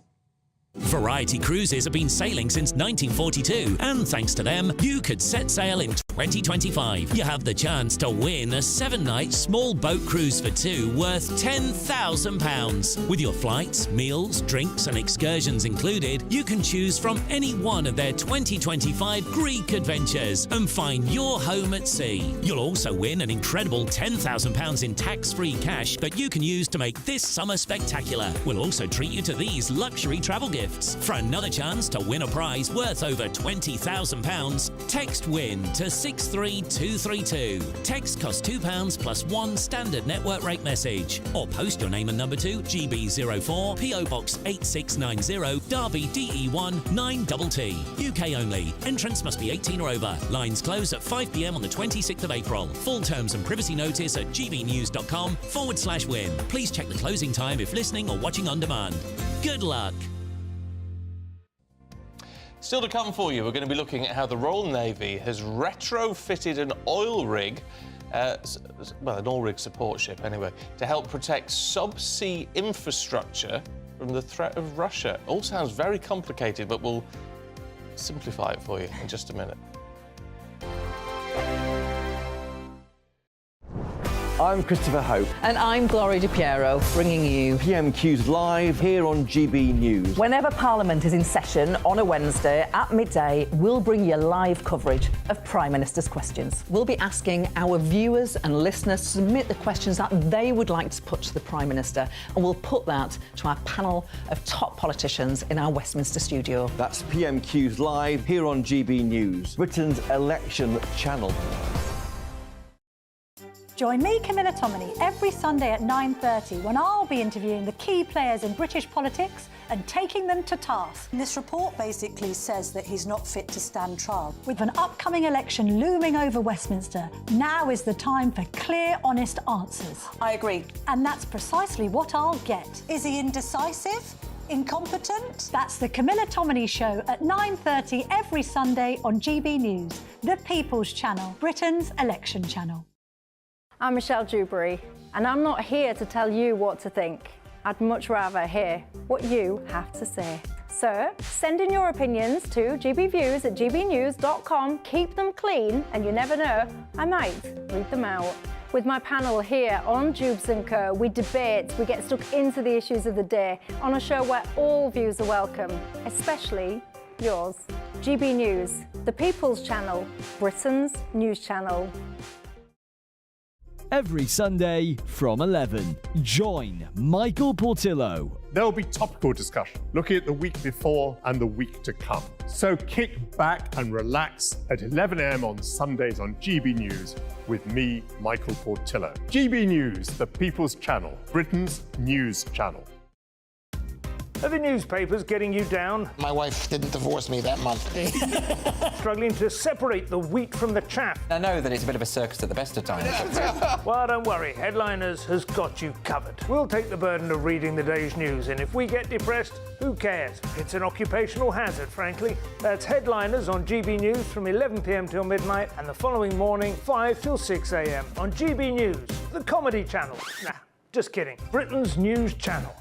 I'm Andrew Doyle. Join me at 7 o'clock every Sunday night for Free Speech Nation, the show where I tackle the week's biggest stories in politics and current affairs with the help of my 2 comedian panellists and a variety of special guests. Free Speech Nation, Sunday nights from 7 on GB News, the People's Channel, Britain's news channel. In the GB Newsroom, we bring you the news as it happens. With our team of dedicated journalists across the UK, GB News brings you accurate reporting of the day's topical agenda. When the news breaks, wherever and whenever it's happening, we'll be there. This is GB News, the People's Channel, Britain's news channel.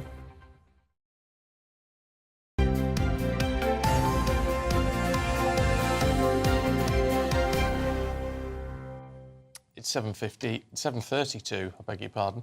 Now, the Royal Navy has welcomed a colourful new member into its auxiliary fleet.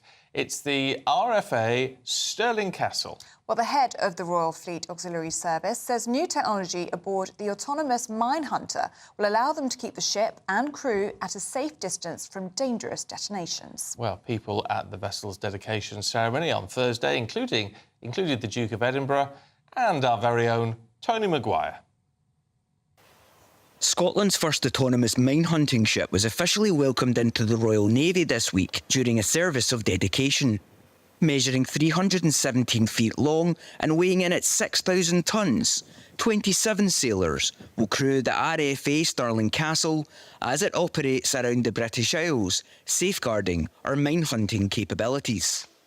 Commodore David Eagles, head of the RFA service, explains how cutting-edge technology will amplify the ship's performance and keep sailors out of harm's way. So traditionally we put crewed ships into the danger zone where they search for and destroy mines. It's clearly a huge risk to both the ship and personnel. So by moving to an uncrewed autonomous capability and using the latest technology, the mothership will stay outside the mine threat area and can deploy systems at range and at depth. Docked in the port of Leith, the celebration was attended by the Duke of Edinburgh. After meeting with some of the crew upon his arrival, he took a seat for the service before embarking on the first ever Stirling Castle tour. The vessel's atypical blue and white facade owes to its current operation as a trials platform. She won't receive her navy grey coat until the next refit in 4 years' time. Safety and readiness checks complete, the crew is eager to get all hands on deck, but not before allowing themselves a brief moment to revel in their progress. Yeah, a lot of pride. As I said, we have worked hard for this, and it's nice to kind of have our day. So there's been a lot of hard work from the whole crew to get to this day now. So we're just really happy to be here and to have everyone here to celebrate with us. A bit of a relief, really. No, it's been a long road to get to this point. Being on, the first Scottish-named ship is actually an absolute pleasure to me to be here. The Ministry of Defence procured Island Crown from Norway last year, and after 12 months of upgrades, she's finally ready to begin trials under a proud new Scottish name. And unlike the most famous resident of the ship's hilltop namesake, Mary Queen of Scots, this crew plans to keep their heads out there on the ocean sea. Tony Maguire, GB News, Edinburgh. Best of luck to her, that's what I say. Yeah, absolutely. Love stuff like that. Yeah, great. Me too. And again, your favourite person, the Duke of Edinburgh. Yes, there he is again. No, good on him. He's everywhere now. You said he stepped up to the plate, and there he is. There he is. All right, look, we've got all the sport heading our way, the latest on the Grand National, and all the controversy around Ten Hag. We'll tell you more with Aide McGee in just a minute. GB News is the home of free speech. We were created to champion it, and we deliver it day in, day out. Free speech allows us all to explore and debate openly the issues most important to us, our families, and of course, the British people. Having challenging conversations to enlighten each other. Which is why we hear all sides of the argument. We are the People's Channel. We will always stand by the freedom to express yourself. On TV, radio and online. This is GB News, Britain's news channel. Join me, Camilla Tominey, every Sunday at 9:30 when I'll be interviewing the key players in British politics and taking them to task. This report basically says that he's not fit to stand trial. With an upcoming election looming over Westminster, now is the time for clear, honest answers. I agree. And that's precisely what I'll get. Is he indecisive? Incompetent? That's the Camilla Tominey Show at 9:30 every Sunday on GB News, the People's Channel, Britain's election channel. I'm Michelle Dewberry, and I'm not here to tell you what to think. I'd much rather hear what you have to say. So, send in your opinions to gbviews@gbnews.com. Keep them clean, and you never know, I might read them out. With my panel here on Jubes & Co, we debate, we get stuck into the issues of the day on a show where all views are welcome, especially yours. GB News, the People's Channel, Britain's news channel. I'm Patrick Christie's. Every weeknight from 9, I bring you 2 hours of unmissable, explosive debate and headline-grabbing interviews. What impact has that had? We got death threats and the bomb threats on. Our job is to do what's in the best interest of our country. You made my argument for me. My guests and I tackle the issues that really matter, with a sharp take on every story. I'm hearing it up and down the country. That was a beginning, not an end. Patrick Christie's tonight from 9 p.m. only on GB News, Britain's news channel. 2024, a battleground year. The year the nation decides. As the parties gear up their campaigns for the next general election. Who will be left standing when the British people make one of the biggest decisions of their lives? Who will rise? And who will fall? Let's find out together. For every moment, the highs, the lows, the twists and turns. We'll be with you for every step of this journey. In 2024, GB News is Britain's election channel.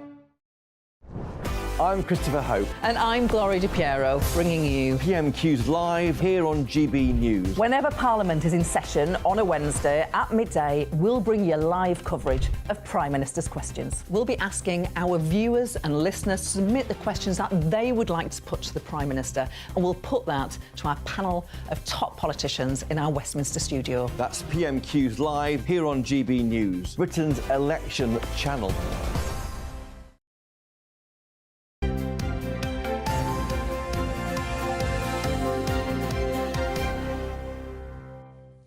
All right, it's 7:38, time for the sport with Aide McGee. Good morning. Good morning to you both. We better have a touch on the Grand National yesterday. Absolutely, yeah. Well, look, there were no fatalities, which was fantastic. We won't mention my failed tip. Oh, more than failed. Well, yeah, fence 27, I think, and he unseated his rider. This was Glenn Gooley, and I proclaimed him so confidently yesterday because I just felt an outsider. It was gut instinct. It was, yeah, and again we're seeing one increasingly in recent years. Wish you'd been clearer about that at the time. But you didn't put any money on, thankfully, did you? Yes. Yes, he did.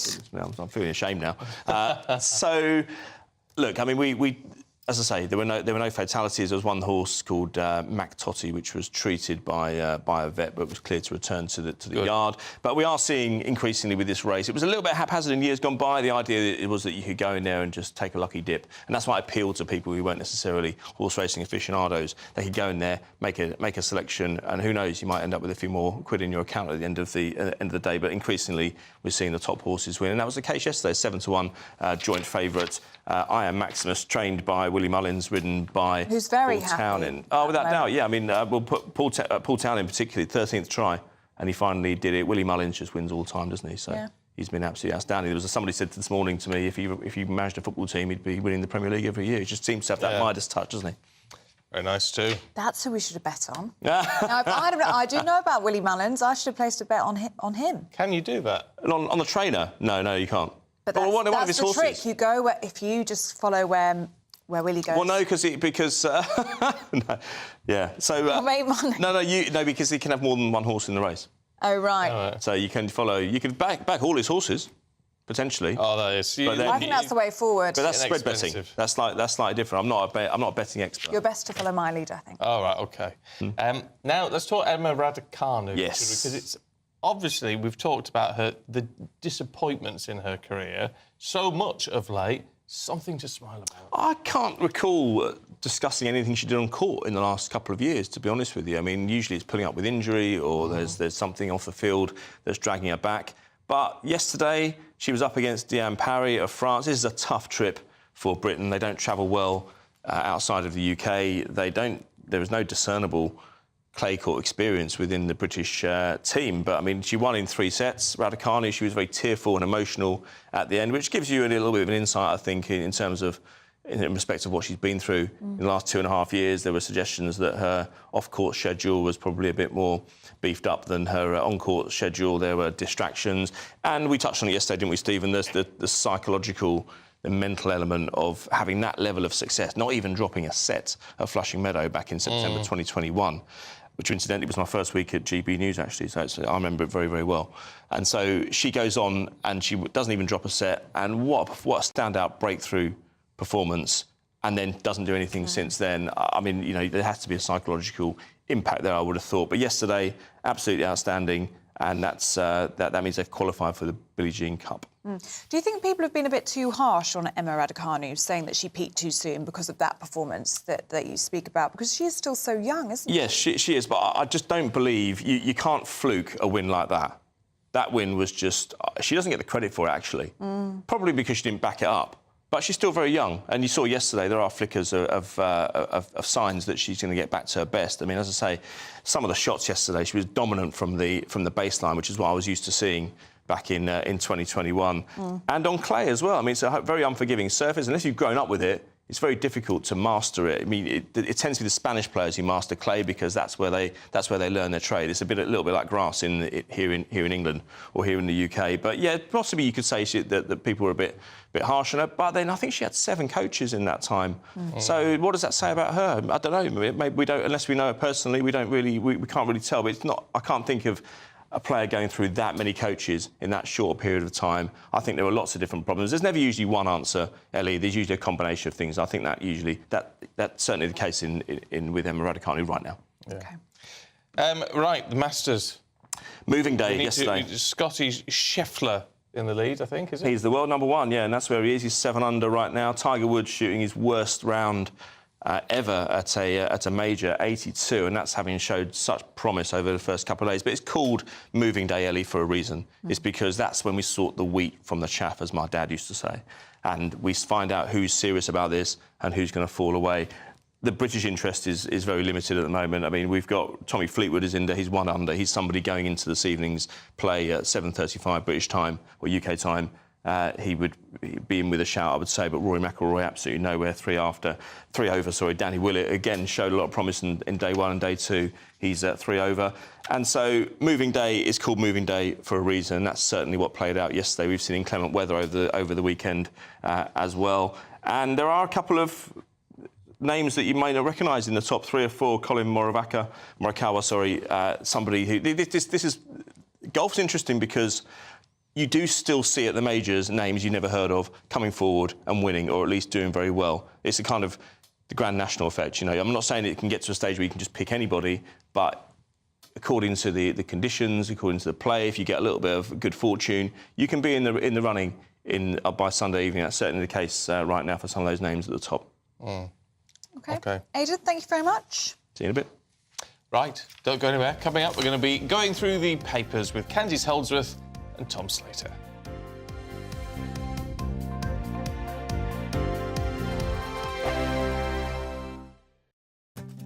I'm Martin Daubney. This is GB News, Britain's news channel. Martin Daubney, weekdays from 3 p.m. SUV drivers in Oxford will face higher parking charges. Proposals tabled by the local Green Party or passed by the City Council.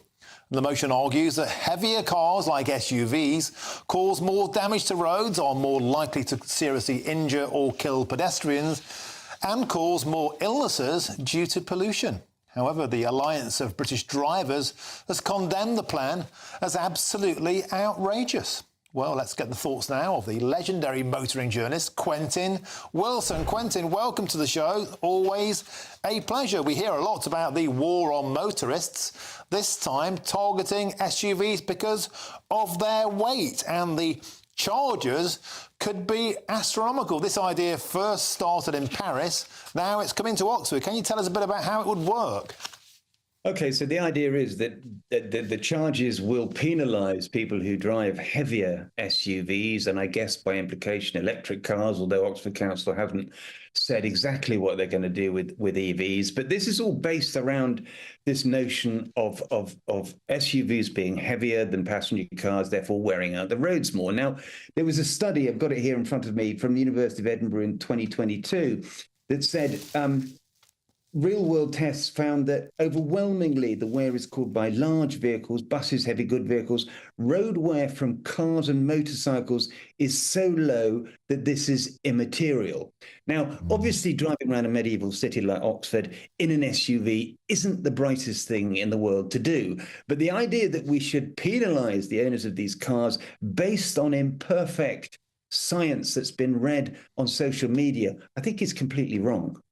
Join me, Camilla Tominey, every Sunday at 9:30 when I'll be interviewing the key players in British politics and taking them to task. This report basically says that he's not fit to stand trial. With an upcoming election looming over Westminster, now is the time for clear, honest answers. I agree. And that's precisely what I'll get. Is he indecisive? Incompetent? That's the Camilla Tominey Show at 9:30 every Sunday on GB News, the People's Channel, Britain's election channel. I'm Michelle Dewberry, and I'm not here to tell you what to think.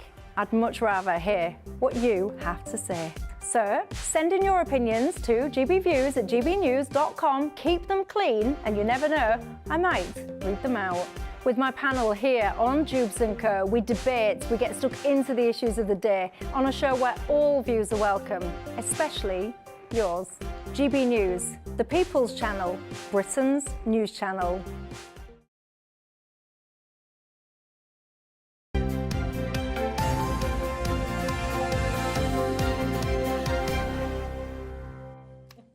OK, time to take you through the papers this morning. Candice Holdsworth, Tom Slater are here. Good to see you both this morning. Tom, what's the Sunday Times got for us? So this is a story about the survivors of the Manchester Arena bombing who are now mounting a lawsuit against MI5 over already kind of widely reported revelations that they were in possession of at least two pieces of evidence which could have led to that horrendous attack, killing 22 people, many of them very young children, from being averted. This is something which has come up in the official inquiry so far, that they were privy to information. And to be honest, all kind of layers of policing and of the security services, there seems to have been a profound failure, because not only was this gentleman Salman Abaidi, the Islamist terrorist bomber, known to have been radicalised to some degree, he was also kind of flying back and forth between the UK and Libya, where his family originally from. He seemingly was actually trained in bomb making in that part of the world.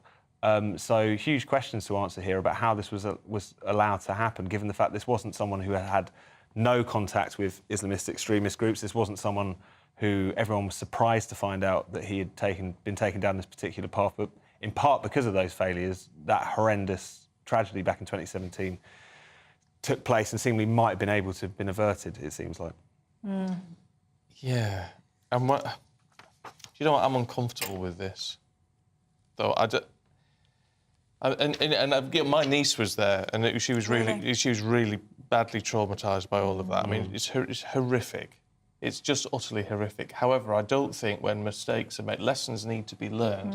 I don't know that suing, everything being about money, in effect, is the right way to take it. Well, it's the way so many things are going now. We're moving more towards the law as we sort of feel our institutions are failing us. I mean, there are so many what-ifs with the Salman Abaidi situation. You know, what if he had never been picked up by that ship?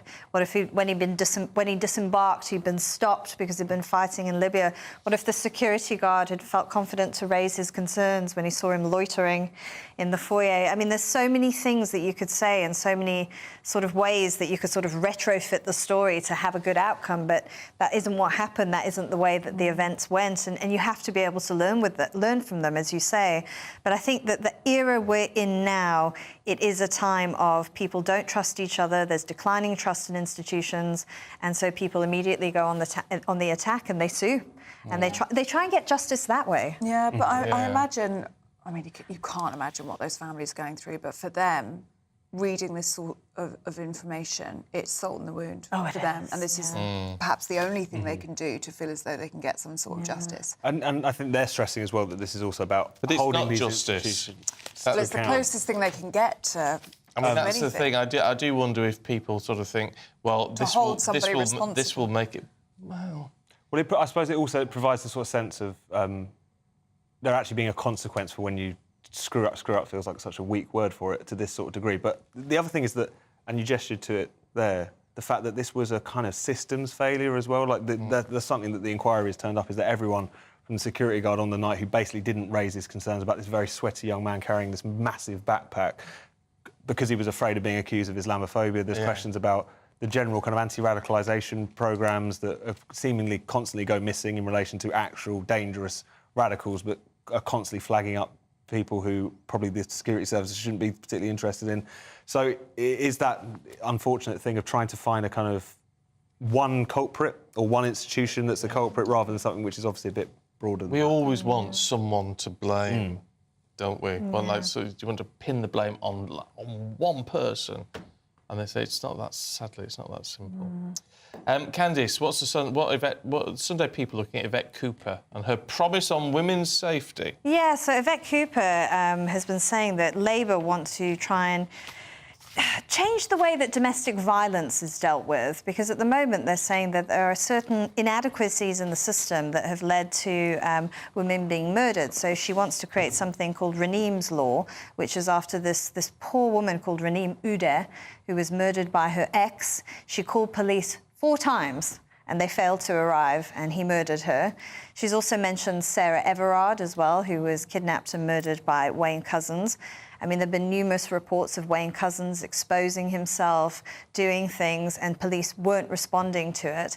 So she's saying that what they'll do is they'll impose time limits on forces. So if something is reported, some sort of violence or behaviour towards women, you only have a certain amount of time in which to consider whether to take action.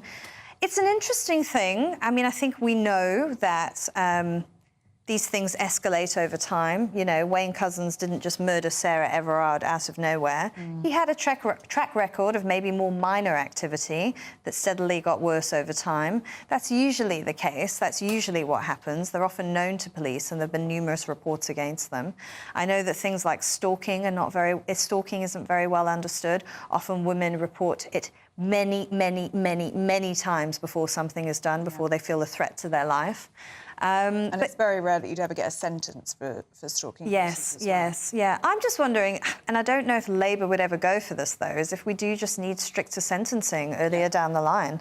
That sort of broken windows policy. You crack down early on, and then you prevent it escalating and getting worse. Yeah, possibly. Possibly.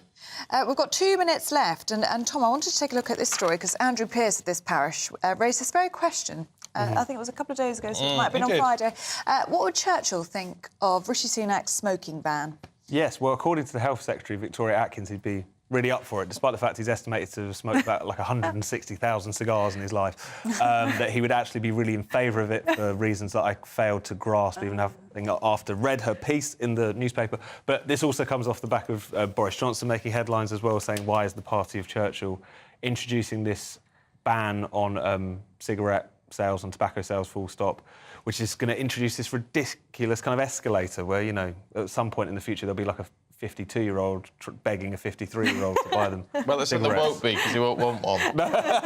He'll have never, the idea will have escaped him. But no, what a damning indictment. And it seems like this is going to be a big rebellion from Tory MPs as well. As many as 100 are going to apparently make their presence felt on Tuesday when this is first debated. But I don't know. I don't know what I think about this. I can understand people not liking things being banned, but the argument which people make, which is what you made, of course, isn't ever going to happen, is it? Yeah, I mean, I hope that it just collapses under the weight of its own ridiculousness. Because at the end of the day, people should just be able to do what they want. Yeah. That's such a good point. Thank you both very much indeed. Thank you. Let's take a look at the weather with Ellie.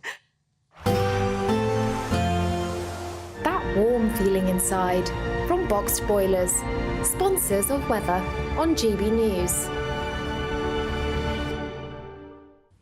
Good morning, welcome to your latest GB News weather from the Met Office. So it's a bit of a drier start for most of us today, but a bit of a chilly start in places, particularly across the north of the UK. It is a dry start across much of Scotland and Northern Ireland, but showers quite quickly pushing in from the west as we head through this morning. England and Wales, though, a much drier and brighter start. Plenty of sunshine as we head through the morning, although there will be some cloud bubbling up as we head through the afternoon.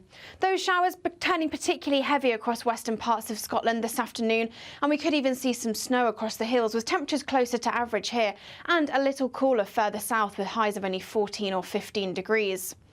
Through the rest of this evening, those showers becoming much more widespread across the UK, slowly pushing their way south and eastwards as we go into the early hours of Monday morning. The far southeast of England perhaps holding on to some of that drier weather for a time, but those showers will eventually reach all areas of the UK. Another chilly night, particularly across parts of Scotland, temperatures dropping down into the low single figures, but a little less cold further south, maybe 7 or 8 degrees. Monday starts a very showery day across the UK. Those heavy bands of showers continue to push their way south and eastwards through the morning. Some sunny spells developing behind those showers, but with a brisk northwesterly breeze that will definitely take the edge off the temperatures through the day. And we could even continue to see some snow across the hills of northern England and across Scotland. Another chilly day, temperatures in the south only reaching around 12 or 13 degrees. A brighter outlook with Box Solar, sponsors of weather on GB News.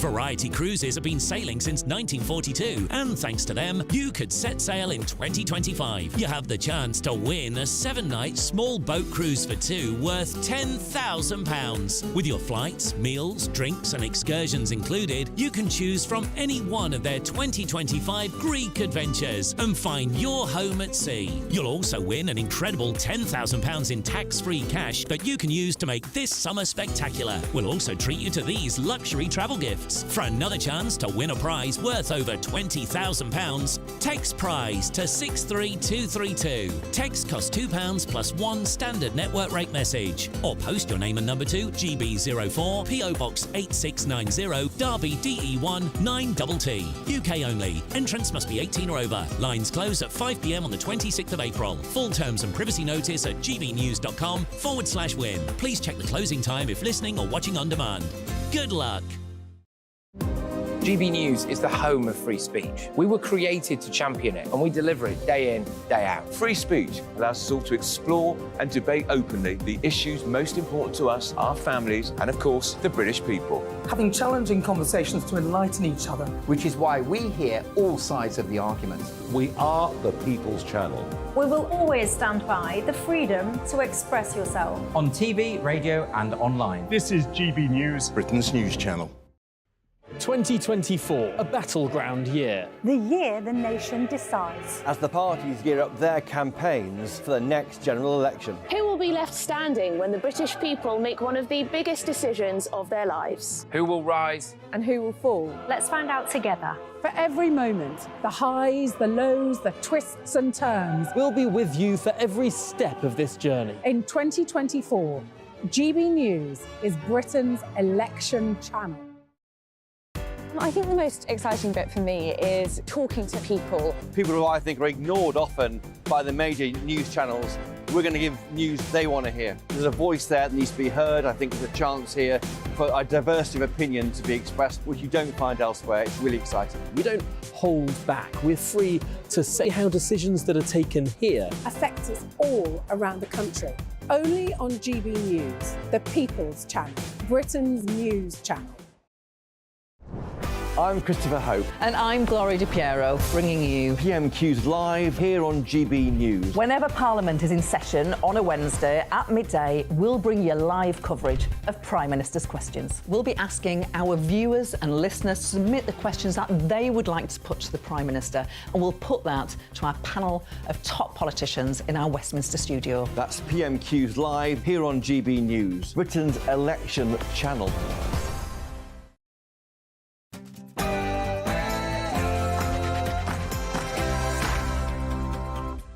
Morning to you. It's 8 o'clock on Sunday, the 14th of April. Today, Iran warns Israel not to retaliate.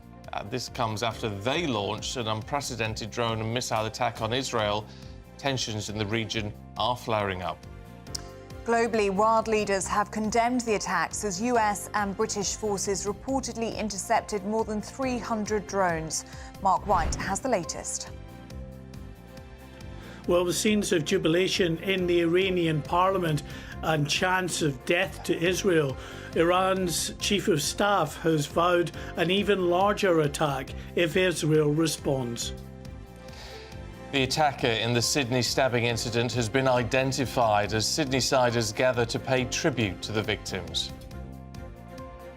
Good morning. Manchester City's win yesterday means it's over to Liverpool and Arsenal today in the Premier League title race. We'll also tell you which Premier League manager stormed out of his press conference, and we'll be looking ahead to this evening's grand finale at Golf's Masters at the Augusta National. After a chilly but bright start for many of us this morning, there is some showers on the way this afternoon. Join me later for the full forecast with all the details. Morning to you. I'm Stephen Dixon. And I'm Ellie Costello, and this is Breakfast on GB News.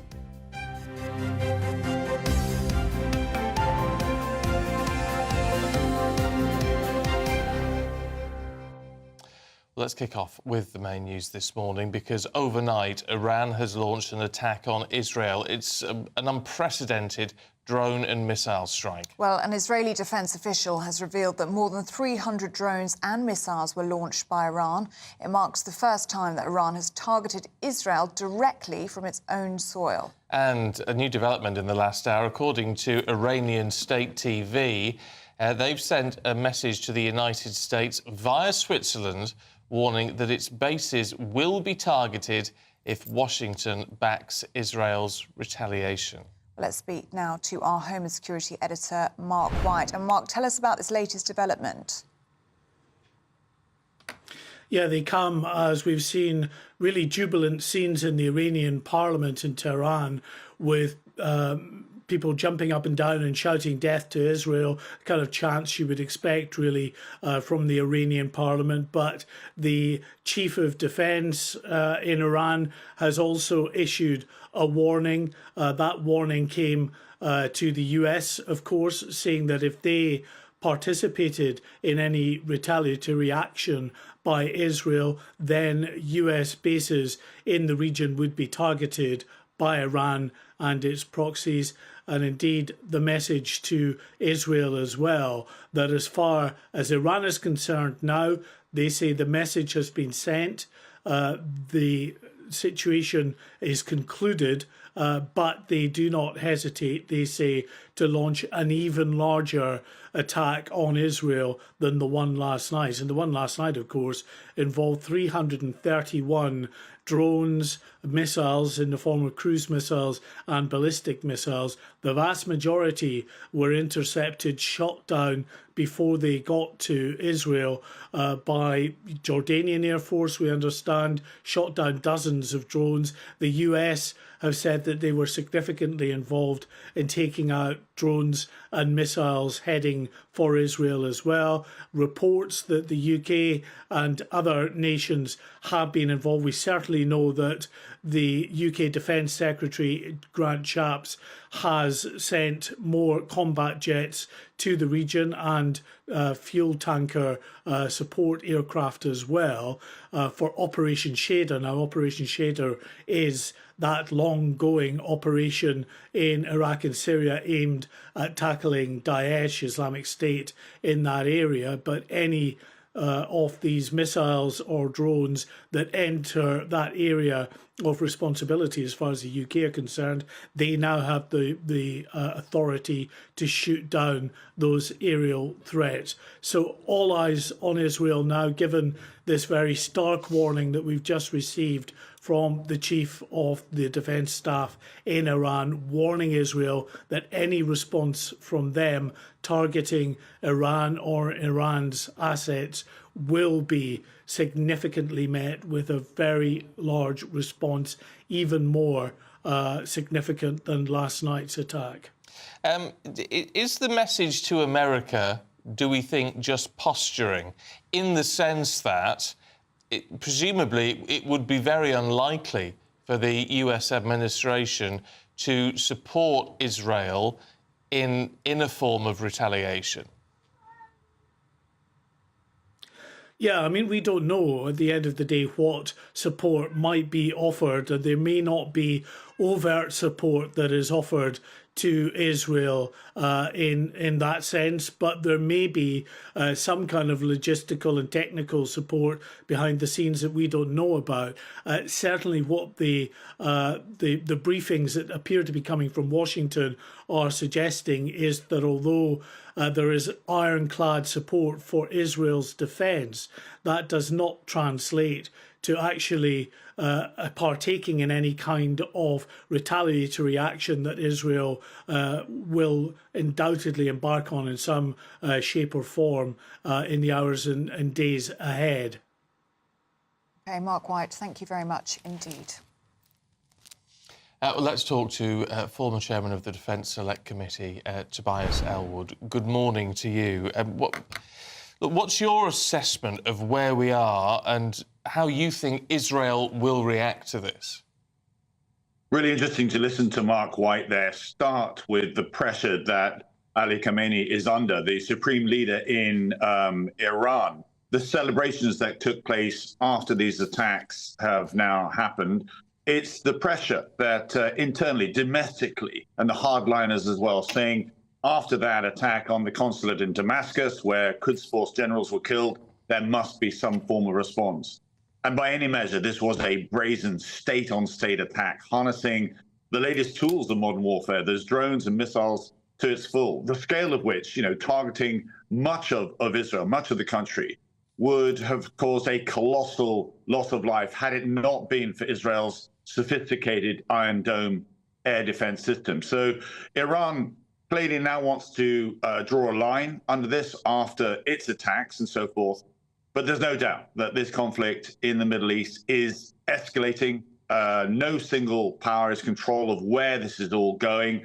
Britain is now involved, as you've mentioned, as well. Iran's had a long history of this sort of shadow war with Israel, avoiding direct engagement. But so this attack, rather than using as proxies, takes us into a very dangerous place, into a worrying precedent has now been set. And of course, now the war of words and threats follows as well, saying if you retaliate further, we will retaliate back. So there are massive ramifications of this attack, and very significant in that this is a dangerous ratcheting up of the escalatory ladder. In terms of our involvement, we're hearing about additional RAF assets being deployed to the region. Do we know if or how they were involved last night, and what will our role be moving forward? Yes, I mean, important questions there. Firstly, we have had our differences with Israel on their prosecution of what they're doing in Gaza to go after Hamas. But when it comes to defending Israel, we stand front and center along with the United States. And that's why it was absolutely right for Prime Minister Rishi Sunak to authorize RAF jets to help intercept those drones and missiles that flew across Syria and Iraq. Again, as Mark White was pointing out, we have huge assets. Operation Shader, the counter-Daesh operation in Iraq and Syria continues. We've got also permanent military assets in the region as well. If this does escalate, I could see us looking at ways to evacuate British nationals from the arena too.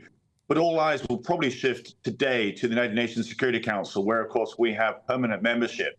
The international community will be able to offer their response and probably try and check the initial retaliation, if you like, or prospects of that of Israel, because there's very concerns that this will ratchet up, that this could go to a place where, as I say, no individual state or leader is in control of where this goes. No, but it's interesting. You said we stand front and centre defending Israel, but there's a significant difference, isn't there, between standing with Israel in terms of defence rather than supporting Israel and its further actions?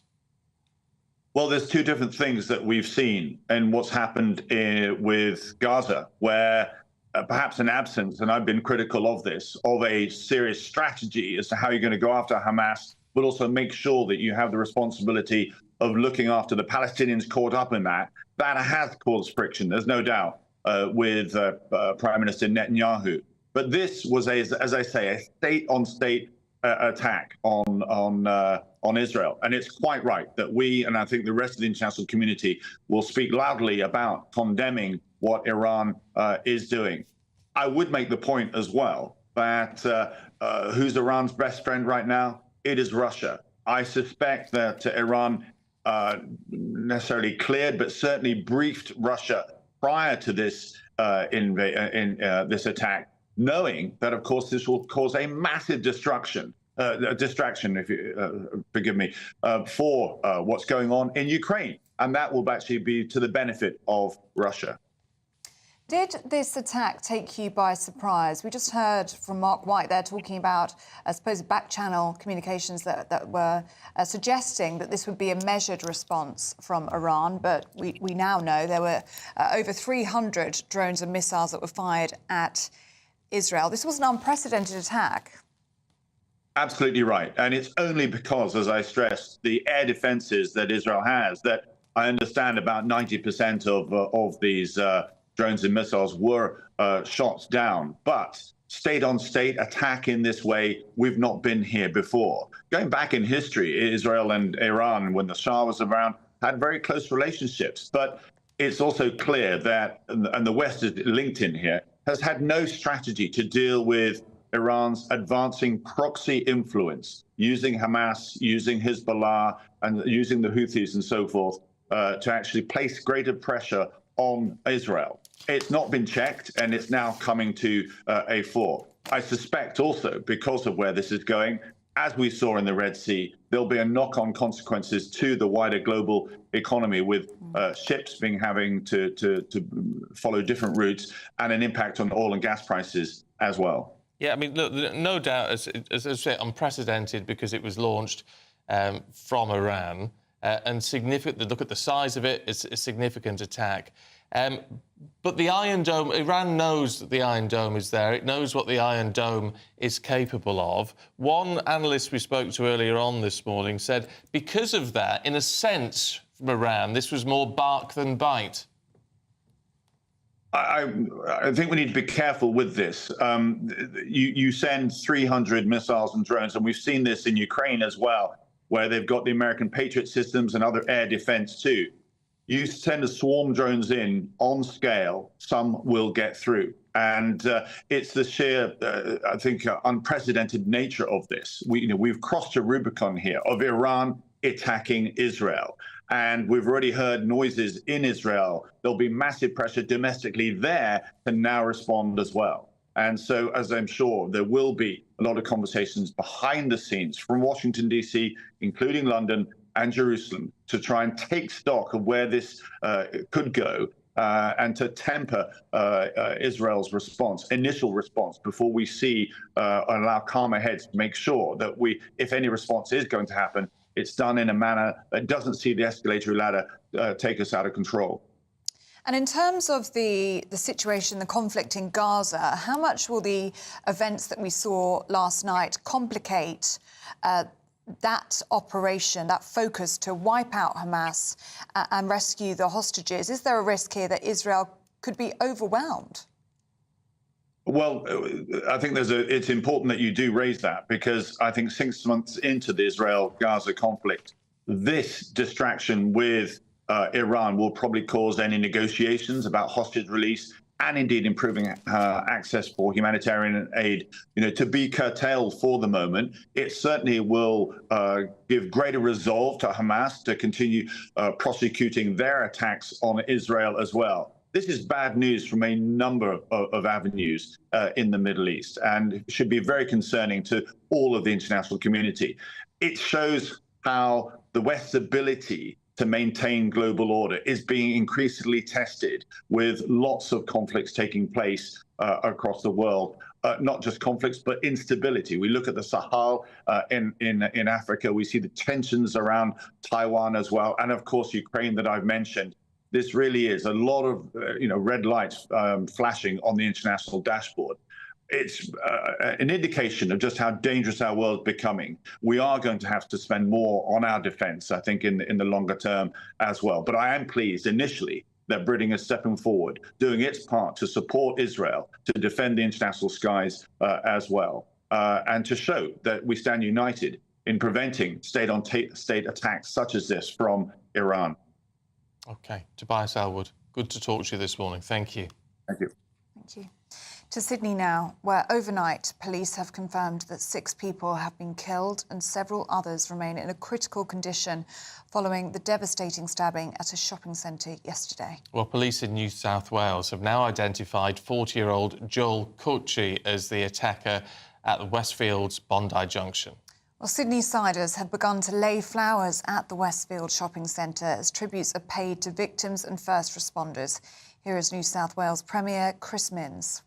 Sydney has suffered a horrifying and violent attack on innocent people who are doing something everybody does on the weekend, and that is going shopping with their family and their friends. Well, earlier we spoke with Sydney journalist Anthony Seagard, and we heard from former Australian MP Tim Smith. 6 people killed, a dozen more injured, a few more of them in hospital. A few people have been released over the last few hours, but those 6 people who were killed, we're learning more about them over the last few hours, including 38-year-old mother Ashley Good. She was seen by witnesses throwing her 9-month-old baby into the hands of strangers at Westfield Shopping Centre at Bondi yesterday. That 9-month-old baby is being held at a separate hospital, a children's hospital close by here. The family say that that child is doing well in the circumstances, but tragically her mother has passed away. We're also heard of the death of a 25-year-old woman who is the daughter of an Australian businesswoman, a businessman here in Australia, and also a security guard, the only male of 6 people killed by this man, who was killed yesterday as he attempted to stop the stabber from moving forward. It really is sort of surreal that you have this immense tragedy that Australians are really not used to. One of the reasons for that is that Australia has among the strictest gun laws in the world, so we don't often see events of terror like this unfolding on such a scale. It's such an horrific event, and one of my closest friends, best friend's daughter, was murdered. And I mean, the shock of that, when I was informed about this last night, was absolutely unbelievable. And my heart goes out to all the families who've lost loved ones in this senseless and shocking attack. You just don't think that at Bondi Junction you're going to go to a shopping mall on a Saturday afternoon and see a mass murder. And that's what Sydney siders were faced with on Saturday afternoon. And again, I'm just completely shocked. I mean, I have been to that shopping centre so many times, and to see that horrific violence is just, it's unbelievable. And again, my heart goes out to all the people that have lost loved ones, and it's such an unbelievable tragedy for Australia. The extraordinary bravery of the police inspector, the New South Wales police inspector, Amy Scott, was unbelievable. She ran towards the screams and the violence, and she shot the assailant without even thinking about it. And it just shows you the immense bravery of our police force and our first responders. And it shows you also the bravery of random members of the public. There was a man who used a bollard to stop the murderer from coming up an escalator. He saved lives. So, I mean, there were members of the public, there were police force members who did unbelievable work to save members of the public. Had that police officer not been there and she just happened to be in the vicinity, this would have been a far worse tragedy than what took place. There have been 6 people who have died, quite tragically. But had that police officer not been there and had not discharged her firearm in the way that she did, this would have been much worse. OK, let's have a look at some of the other stories heading into the newsroom at 19 minutes past 8. And Tim Loughton has become the latest Tory MP to say he will stand down at the next general election. The backbencher, who's represented East Worthing and Shoreham since 1997, served as Children's Minister in Lord Cameron's government. 64 Conservative MPs have now either stood down or announced they will not be seeking re-election. 9 people arrested on suspicion of committing public order offences during demonstrations in central London yesterday. Tens of thousands of pro-Palestinian protesters gathered in Westminster calling for a ceasefire in Gaza and to stop the government selling arms to Israel. A counter-demonstration against what organisers called anti-Israeli hate also took place. Suspects still in custody. And Prince Edward is set to become the Colonel of the Scots Guards in a ceremony in London today after being chosen by King Charles. The Duke of Edinburgh is taking over from the Duke of Kent, who was appointed in 1974 following a 21-year military career.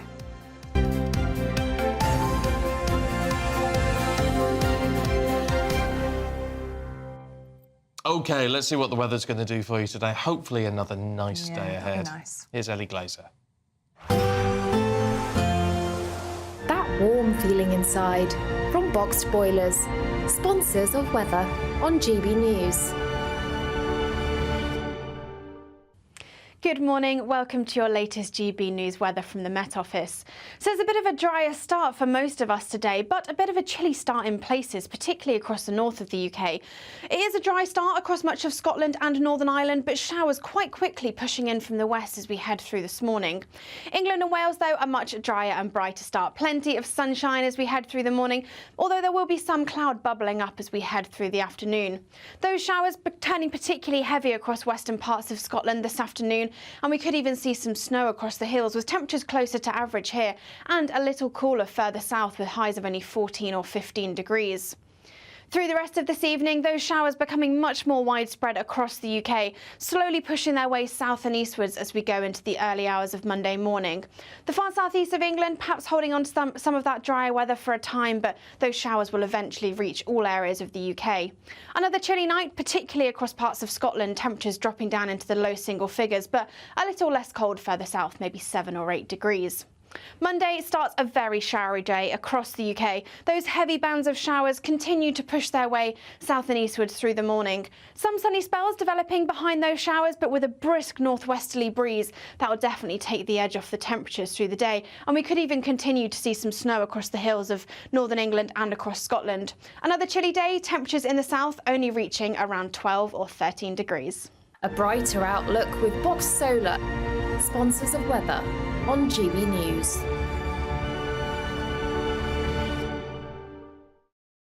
Well, it's time for our biggest giveaway of the year so far. Your chance to win £10,000 in cash, luxury travel items and a 2025 Greek cruise worth £10,000. Yeah, so that tots up, of course, to more than £20,000, and it could all be yours. Here's how. Variety Cruises have been sailing since 1942, and thanks to them, you could set sail in 2025. You have the chance to win a 7-night small boat cruise for 2 worth £10,000. With your flights, meals, drinks and excursions included, you can choose from any one of their 2025 Greek adventures and find your home at sea. You'll also win an incredible £10,000 in tax-free cash that you can use to make this summer spectacular. We'll also treat you to these luxury travel gifts. For another chance to win a prize worth over £20,000, text WIN to 63232. Text costs £2 plus 1 standard network rate message. Or post your name and number to GB04 PO Box 8690 Derby DE1 9TT. UK only. Entrance must be 18 or over. Lines close at 5 p.m. on the 26th of April. Full terms and privacy notice at gbnews.com/win. Please check the closing time if listening or watching on demand. Good luck. Yes, good luck indeed. Now, do stay with us. Still to come, Aide will be here to chat through all of the sport. That's next. 2024, a battleground year. The year the nation decides. As the parties gear up their campaigns for the next general election. Who will be left standing when the British people make one of the biggest decisions of their lives? Who will rise And who will fall? Let's find out together. For every moment, the highs, the lows, the twists and turns. We'll be with you for every step of this journey. In 2024, GB News is Britain's election channel. Patrick Christie's Tonight, weekdays from 9 p.m.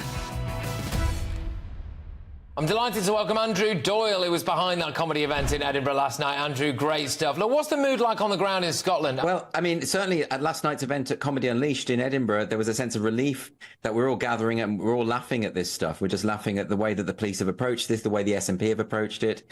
Various people from various of the protected characteristics that you must not mock or offend were mocking each other. It was just a reminder that actually these are just jokes. We're just having a laugh. We're just exercising our creative freedom and our freedom of speech. The mood, I think, is generally one of disbelief that Humza Yousaf and the SNP have pushed through this crazy authoritarian draconian law, irrespective of all the criticisms that have come from senior members of the police, members of the judiciary, members of the public, the QCs, various bodies have all said this is not workable because the police have said that they will investigate absolutely every complaint. And although they've said they won't target comedians, they're going to end up investigating comedians if the complaints come in, because that's what they've pledged to do. Well, that's it. So conceivably, and this is how ridiculous and unenforceable it is, if someone had reported you last night in that audience, the police would have had to have investigated you, wouldn't they? Yeah, that's absolutely right. And whether they would have taken it any further will come down to the individual police officer. We had Siobhan Brown from the SNP on the BBC the other day, and she was asked very clearly about this. You know, who makes the decision what to investigate and what not to investigate, how to take it forward? She said it's a matter of individual police judgment. Now, the problem with that, of course, is there are activists within the police force in Scotland. We've caught them at it before. Now, the fact that they're not going to pursue J.K. Rowling after she challenged them is partly probably just cowardice, because she's got a lot of power and clout behind her. But if it was a complaint about us, a bunch of comedians in a small room in Edinburgh, they might well have taken it further. I'm Michelle Dewberry, and I'm not here to tell you what to think. I'd much rather hear what you have to say. So send in your opinions to gbviews@gbnews.com. Keep them clean, and you never know, I might read them out. With my panel here on Jubes & Co, we debate, we get stuck into the issues of the day on a show where all views are welcome, especially yours. GB News, the People's Channel, Britain's news channel.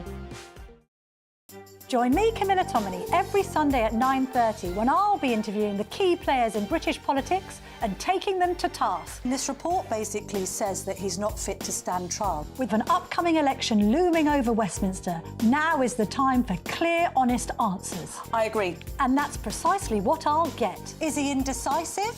Incompetent? That's the Camilla Tominey Show at 9:30 every Sunday on GB News, the People's Channel, Britain's election channel.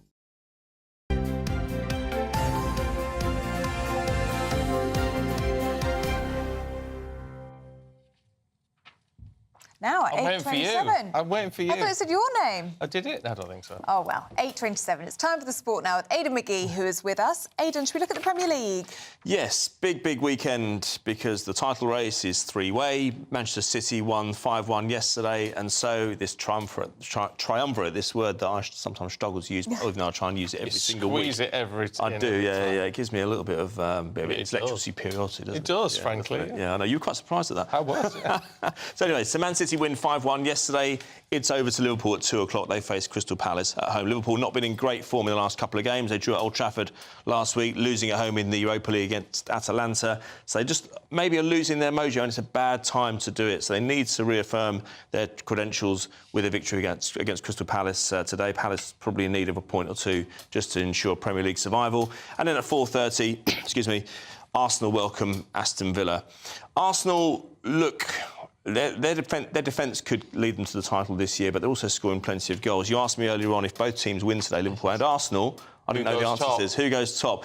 Well, if both teams win, there needs to be a 9-goal swing towards Liverpool. So effectively, Liverpool needs to win 10-0 against Crystal Palace, which actually happened in September. No, they beat Crystal Palace 9-0 in September 1989. Yeah. So they need to beat that today, and that's assuming Arsenal would win 1-0. But of course, it's the points that are most important. If Liverpool win and Arsenal only draw or even lose, then Liverpool go back to the top. But I look at Arsenal's run-in. That's the 7-8 games that are left. They've got to face Tottenham at White Hart Lane. They've got to face Chelsea at home. They've got to go to Old Trafford. Now, if you're Manchester United and you're at Ten Hag, what do? If you're Man United, your whole support, they don't want Man City to win the league. They don't want Liverpool to win the league. They probably don't want Arsenal to win it either. But they're probably the least of the three evils. So I'm not saying anyone would lie down, but when your whole home support base in 3 weeks' time is behind you, not wanting either of those teams to win, it affects the dynamics of the title race. There's no question about it. Ten Hag's got enough to... I mean, his performance last night was very odd. Actually. It was indeed, yeah. I mean, we don't see that very often, managers storming out of press conferences. I just think it's not a good look, is it? It's not. It's a bit like when clubs ban journalists or whatever. If you hand the initiative to a journalist, if you make a journalist look as if they've got the upper hand in a media conference, then I think you're playing a very dicey game. What it betrays to me, or what it conveys to me, rather, is that that's somebody who knows he's probably not going to be there next season. He may not have been told, but he can read the room. He knows he can look at the results. The journalist Harry Pratt from the Daily Star Sunday said to him, "You're in danger now of recording United's worst position in the Premier League title. Sorry, the worst finish in the Premier League in 30 years or 32 years of the Premier League." And I think they've recorded 7th back in 2014. So it could be worse than that. He just decided, look, I'm not answering that question. I've had enough of this, and I'm going. The result wasn't even that bad. I mean, OK, it was Bournemouth who were in the bottom half, but they got a 2-2 draw.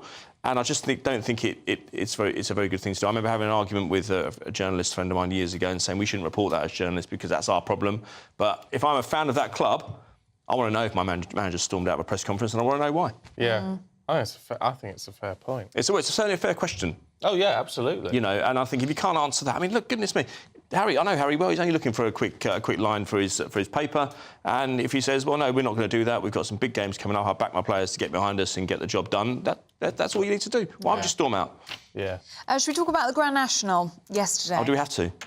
We do, even though you called it all wrong. Glenn Gooley, yeah, that's exactly... Are you getting stick online? Not online, but just from friends of mine, mainly, who stuck a few quid on. Yeah. And they want it. Yeah, they don't understand how betting works. I think if they put a few quid down the betting shop, then if it doesn't come through, then I have to offer the refund.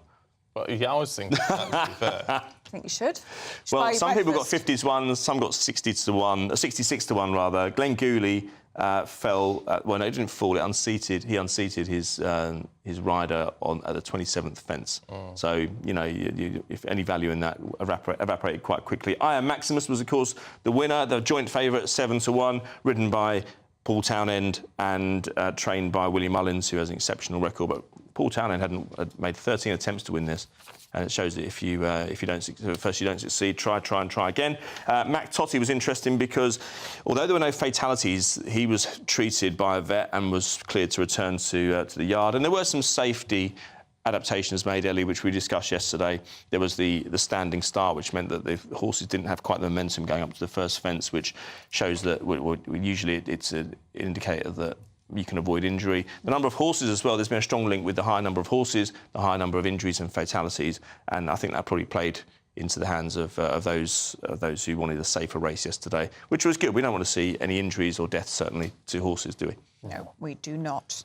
No. Should we talk about Emma Raducanu? Why not? Why not? I mean, it's a while since we spoke about something good that she's done on court. It was the Billie Jean Cup qualifier yesterday, a really tough trip going to France, plenty of quality in that lineup, plenty of clay court experience, and Britain went and did it, not just her, but also Katie Bolter. And we've been discussing, haven't we? It's been a topic all by itself, what's happened to Emma Raducanu since that unbelievable US Open win back in September 2021 at Flushing Meadow, where she didn't even drop a set on her way to winning. That's 7 matches. And she was, 17 at the time?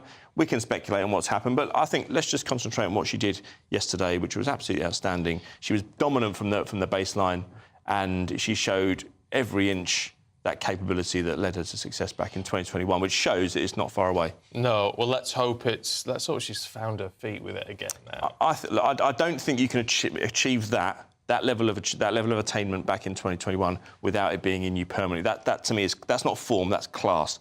And that's what they say in sport, isn't it? Form is temporary, class is forever. I think she'll be back again, and I did say that all the way through. There you go. Another tip you were right on, Aidan. You never know. Thanks, lovely. Aidan. Thank you very much indeed. Now do stay with us. We're going to be going through the papers next with Candice Holdworth and Tom Slater.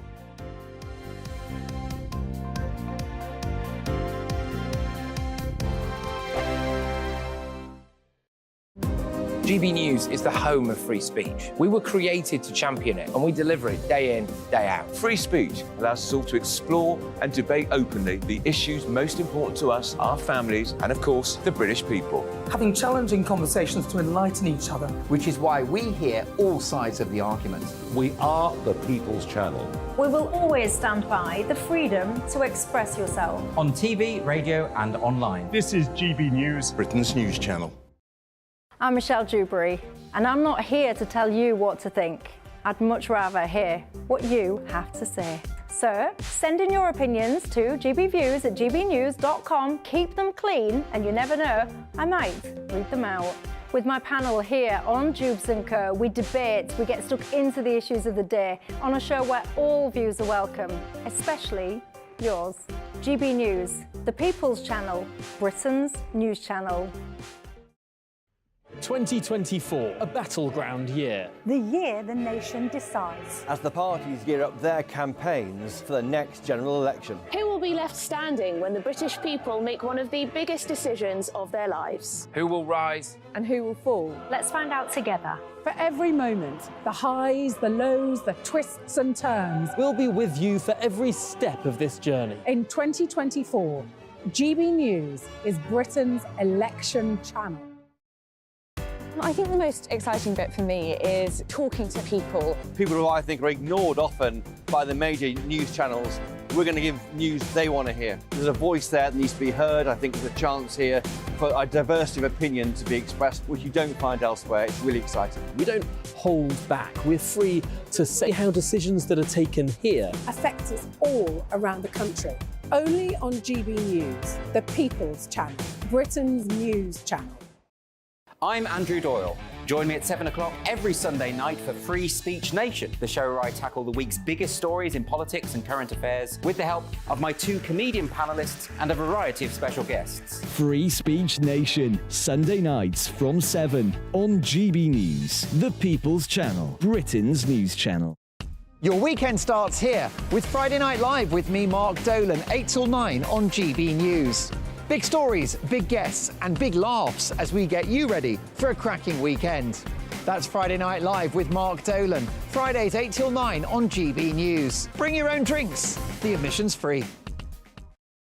Every Sunday from 11, join Michael Portillo. There'll be topical discussion, looking at the week before and the week to come. So kick back and relax at 11 a.m. on Sundays on GB News with me, Michael Portillo. GB News, the People's Channel, Britain's news channel.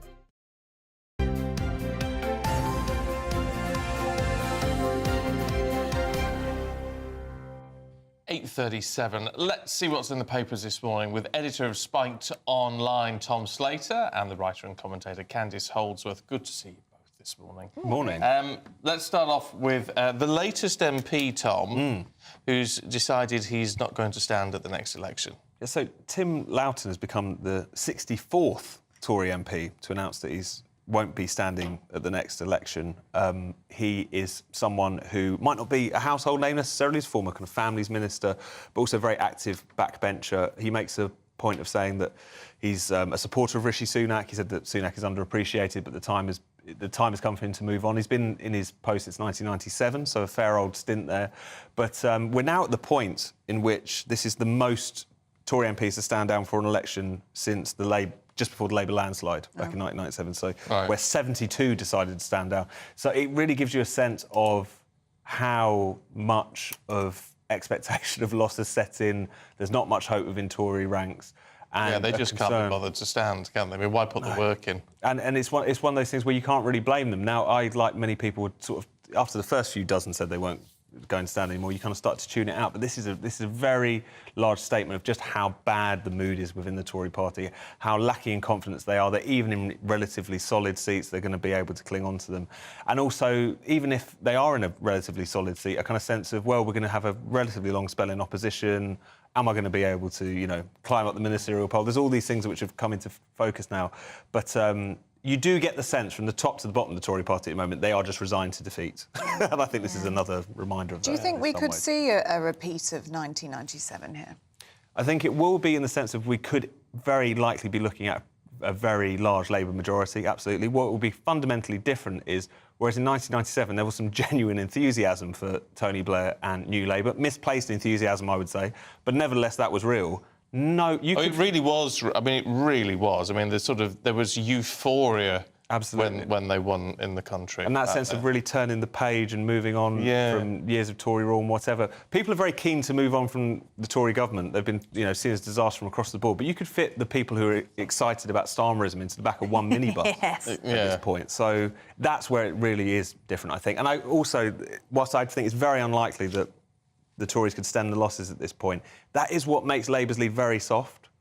You do think that all it would take would be for a couple of external events, internal scandals or whatever, not necessarily to lose them in the next election, but certainly to reduce that lead. But at the moment, it seems likely they are on course for it. Yes, and if it continues with this trend, and we don't know because things could change before then, what's the Conservative Party going to look like after the election? Because a lot of people are saying, and maybe this won't come to pass, these are just various scenarios, but, you know, you could see a lot of... you could see the Lib Dems and Labour mopping up more centrist, left-leaning Conservative votes. And then would that leave a Conservative Party that's made up of, like, quite the hard right, essentially, a very, very Conservative party without this sort of liberal wing? And I just wonder if that's a possibility, if that could happen, if the Conservative Party is quite divided, as it is right now, and if that could continue. It's interesting to see, because if that happened, that would definitely keep them out for several terms. I think so, wouldn't it? yeah. Because whether people like politics, their Conservative Party more to the right or not, the reality is, unless you're centre ground, you don't win elections. Well, you need some of those. You need a sort of mix, and I think Labour understands that as well. I mean, people are thinking, well, OK, the Conservative Party needs to be punished, they need to be destroyed, so we have some Conservative alternative, like people are saying about reform.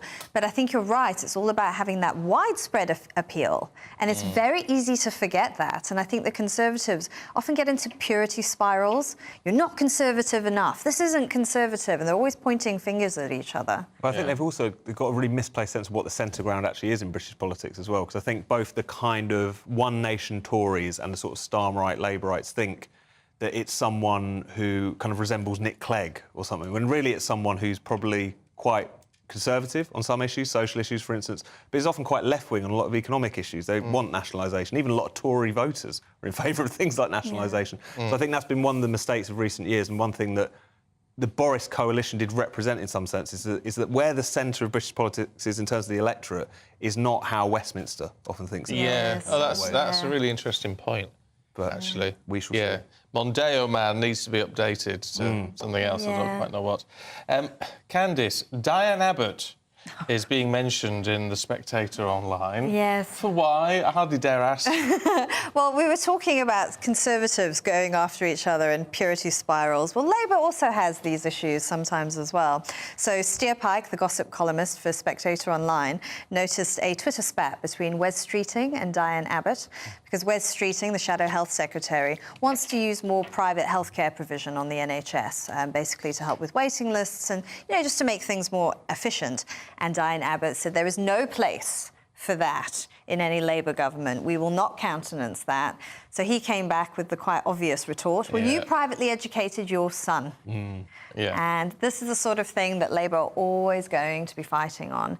And even now, when you're looking at an incoming Labour government that may remove the VAT exemption on private schools, and, you know, this is something that they're always going to struggle with. You know, can they coexist peacefully with the private sector and private sector provision? I think there are some people who are quite relaxed about that in the Labour Party, and there are many people who would vote for them who privately educate their children and use private healthcare. But then you get the ideologues who absolutely cannot compromise on the issue at all. But it's the hypocrisy which is the issue. I don't care what people want to do with, in a sense, with their own choices for healthcare or their own choices for education. Fine, up to them. It's the hypocrisy of saying, you shouldn't do it, but I can. Yeah. And it does have that feel of kind of pulling the ladder up behind them all, especially if it's the sort of thing where they've already educated that, you know, their son's grown up now, and now it's the sort of thing where they're militantly behind, you know, removing the VAT exemption, getting rid of private schools. And it does just... How Labour MPs can fall into this trap time and again, I really don't know, because she's not the first member of, like, the Labour left to rail against private schools whilst actually, you know, sending her kids to them herself. Yes. Well, Tom, Candice, do stay with us. We're going to go to a short break and then we'll come back and tell you about Gordon Ramsay and the squatters in his pub.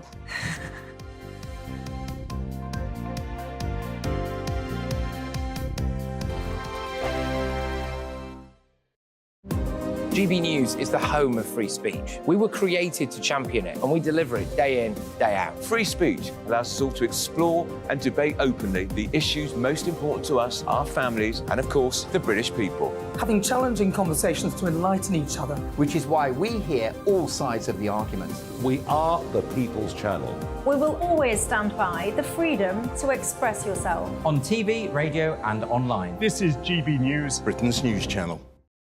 This is GB News, Britain's news channel.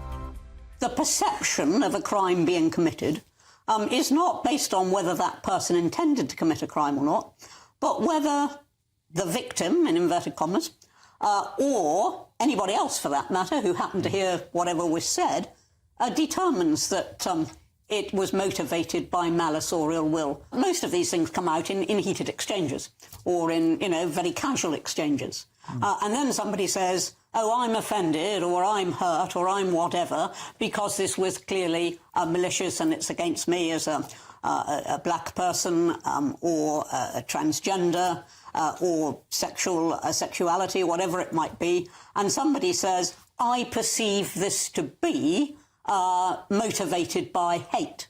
Now, at that point, what is the reasonable test that anybody could apply as to what was in somebody's mind at the time? You don't know what I'm thinking now. I don't know what you're thinking now. Why is it that a crime can be committed on the basis of what somebody is alleged to be thinking? Well, that's also how discrimination often works, because people have worked out these days that saying something or sending an email like one I received some years ago that said, let's go round her place with pickaxe handles and balaclavas and see what we can do. Now, that's an email that was sent about me. People have worked out that you don't do that. But from the circumstance of what happens, if racial taunts were being shouted, if taunts about someone's protected characteristic were being shouted in the run-up to what then happened, it would be pretty obvious that that was a hate crime. But we know, for example, that street preachers have been arrested merely for quoting the Bible and without actually intending, you know, anything beyond that. I'm Patrick Christie's. Every weeknight from 9, I bring you 2 hours of unmissable, explosive debate and headline-grabbing interviews. What impact has that had? We got death threats and the bomb threat and so on. Our job is to do what's in the best interest of our country. You made my argument for me. My guest and I tackle the issues that really matter with a sharp take on every story. I'm hearing it up and down the country. That was a beginning, not an end. Patrick Christie's tonight from 9 p.m. only on GB News, Britain's news channel.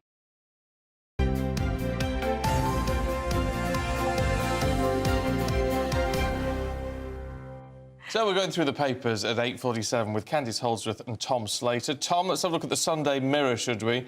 Paul O'Grady, St Paul, as he frankly is becoming, now working out where he left some of his money to. Yes, so this is a heartwarming story about where some of the £500,000 that Paul O'Grady left to various animal charities has ended up. It's focusing mainly on the work of an organisation called Street Vet, which received £20,000 from his estate, which essentially goes around offering free veterinary care to street homeless people's animals, dogs predominantly. It's really striking. I mean, people will have noticed this anecdotally, but it's something like a third of people who are street homeless actually have a kind of companion animal. So not only is looking after their well-being obviously quite important, but how that is a core part of those people's lives. And this organisation basically going around and making sure those people have the right jabs and treatments and so on. It annoys me that some people are critical, saying, well, you know, you can't look after yourself.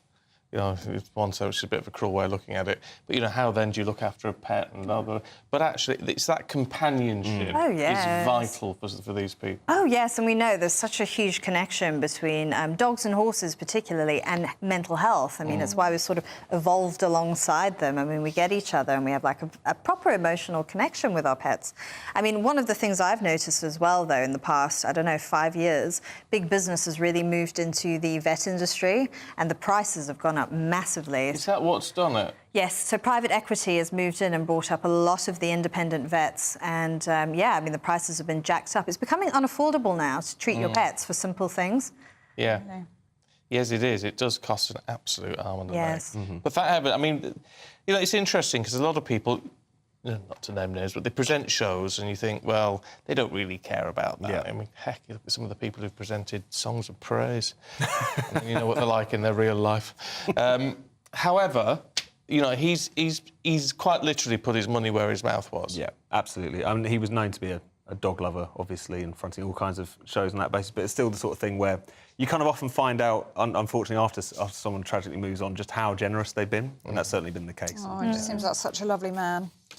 Candice, let's take a look at The Observer, shall we? And this is about artwork that was sneaked into a gallery by an employee. Yes, so I mean, the art world is full of mischief like this. You've had it all throughout the years. You know, someone wants to sort of take a pop at the elitism of the art world. So this was a gallery in Munich, and I don't know if I'm pronouncing this correctly, Pinakothek.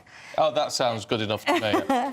And it's all modern art. I mean, it's Joseph Beuys, it's Andy Warhol, and so this employee of the gallery snuck his artwork in to see if anyone would notice that it wasn't like a famous name, basically, if people would sort of critically appraise it and go, oh, this is interesting, even though it's a work by a complete amateur.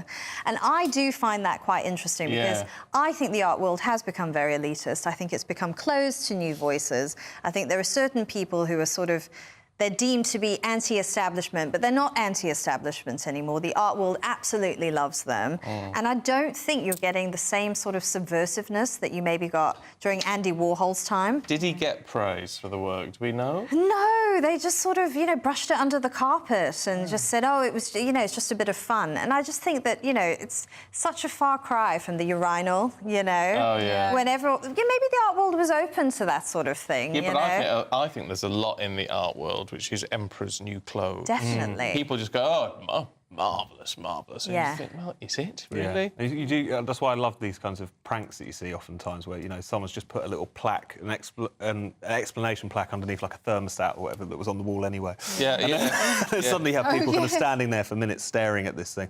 And it's not to say that, you know, in contemporary art, you know, you want to hem people in or whatever, but there does become a certain point in which almost the joke's on them, the joke's on the establishment. It reminds me of, you know, Tracy Emin? She does some great work, but My Bed, the dishevelled, unmade bed, as a work of art. I know. People just come and, you know, scratch their chins. And I know. unmade bed. Well, there was another one, so a friend of mine wrote about it in that same exhibition where she had the bed and it was the light going on and off. Oh, yeah. And you walked in and you clapped your hands and the light turned off. You clapped them again, it went off.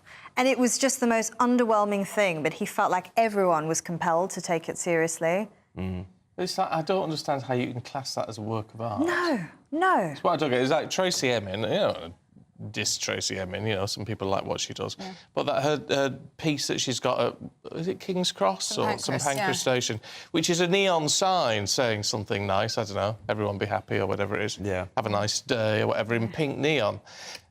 And it's fine. I mean, it looks quite nice, but it's a neon sign. I don't understand how that is a work of art. Yeah. I want my time with you. It hangs under the clock at St Pancras. Yes. Right, fine, but why is that artwork? I don't know. I think the art world needs a bit of shaking up. I really do. And I think there does need to be a return to maybe a bit...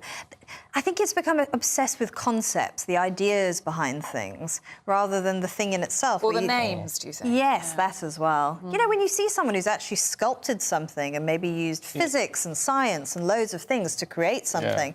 That makes you think, wow. Something beautiful. Yes, yes. All right, can we just have a quick look at Gordon Ramsay and his pod?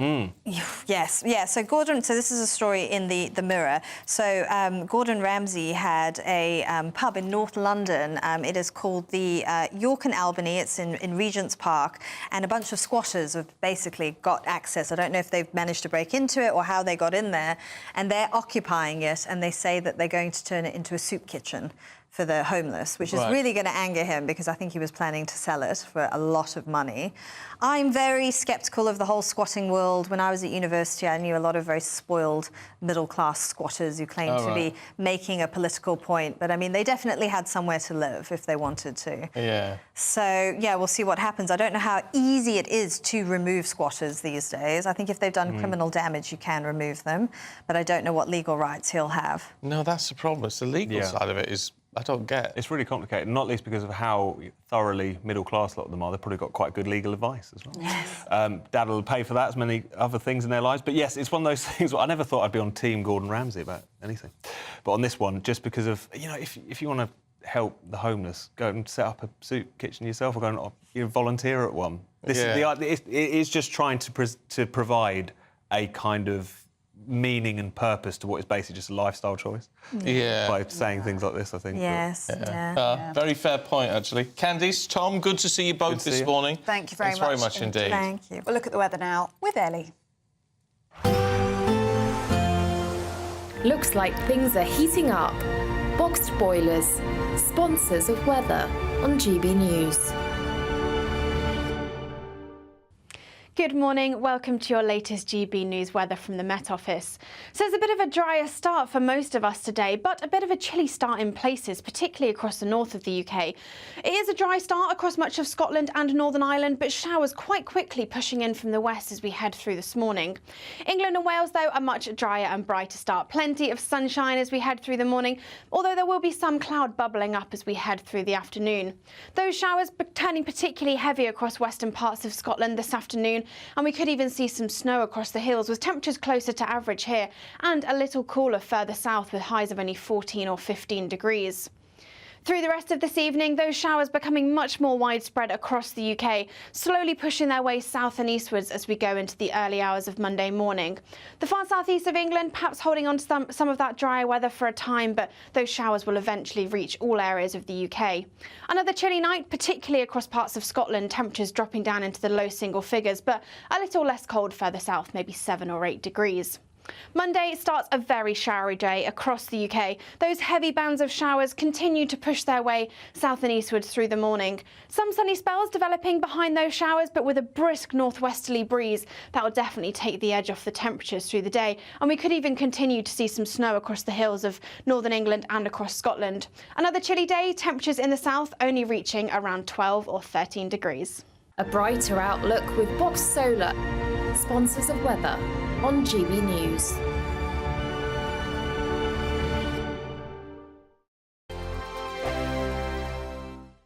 This is your chance to win our biggest prize of the year so far. First, there's a totally tax-free £10,000 in cash for you to spend this summer. Then, we want to send you on a bespoke 7-night small boat cruise for two worth £10,000. Thanks to Variety Cruises, you'll be able to choose from any of their 2025 Greek adventures and discover Greece like never before. And with flights, meals, drinks and excursions included, all you have to do is relax. We'll also give you these terrific travel treats. For another chance to win a prize worth over £20,000, text prize to 63232. Text costs £2 plus one standard network rate message. Or post your name and number to GB04 PO Box 8690 Derby DE1 9TT.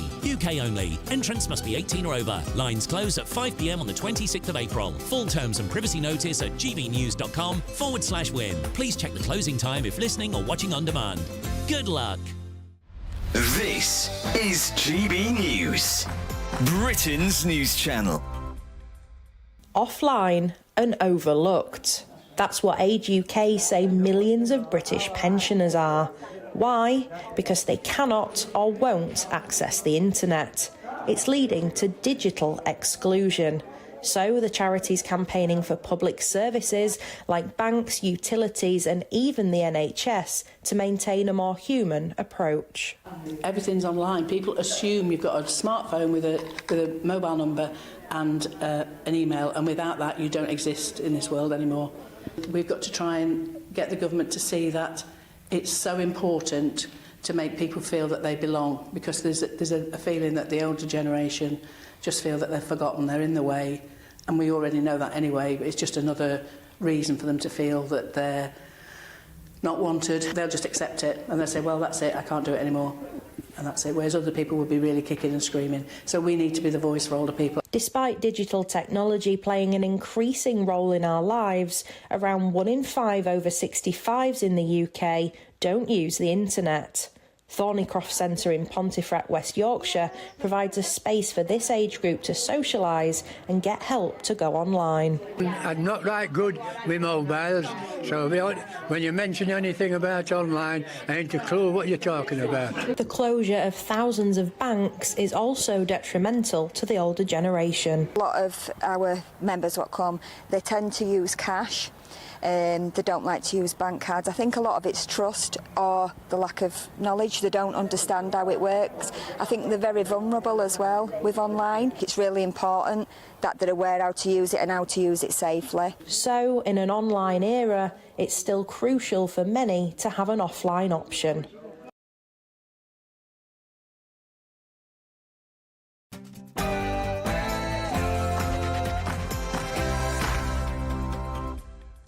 Good morning to you. It's 9 o'clock, Sunday the 14th of April. Today, Iran warns Israel not to retaliate after they launched an unprecedented drone and missile attack on Israel.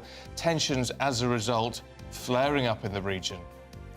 Globally, world leaders have condemned the attacks as US and British forces reportedly intercepted more than 300 drones. Mark White has the latest. Well, the diplomatic pressure behind the scenes will be on Israel not to respond.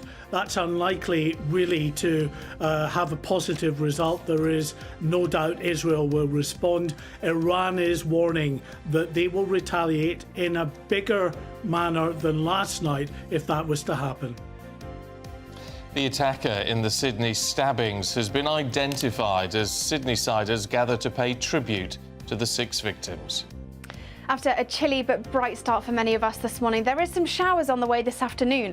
Join me later for the full forecast with all the details. Morning to you, I'm Stephen Dixon. And I'm Ellie Costello, and this is Breakfast on GB News.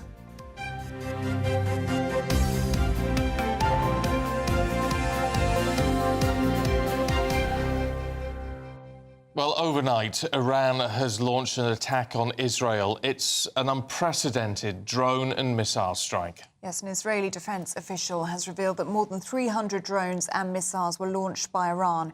It marks the first time that the country has targeted Israel directly from its own soil. Well, overnight, President Biden announced an emergency meeting of the G7 and condemned the attacks from Iran. While UK Defence Secretary Grant Shapps confirmed additional RAF assets had been sent to the region, while also announcing he strongly condemned the senseless airborne attack that Iran had launched on Israel.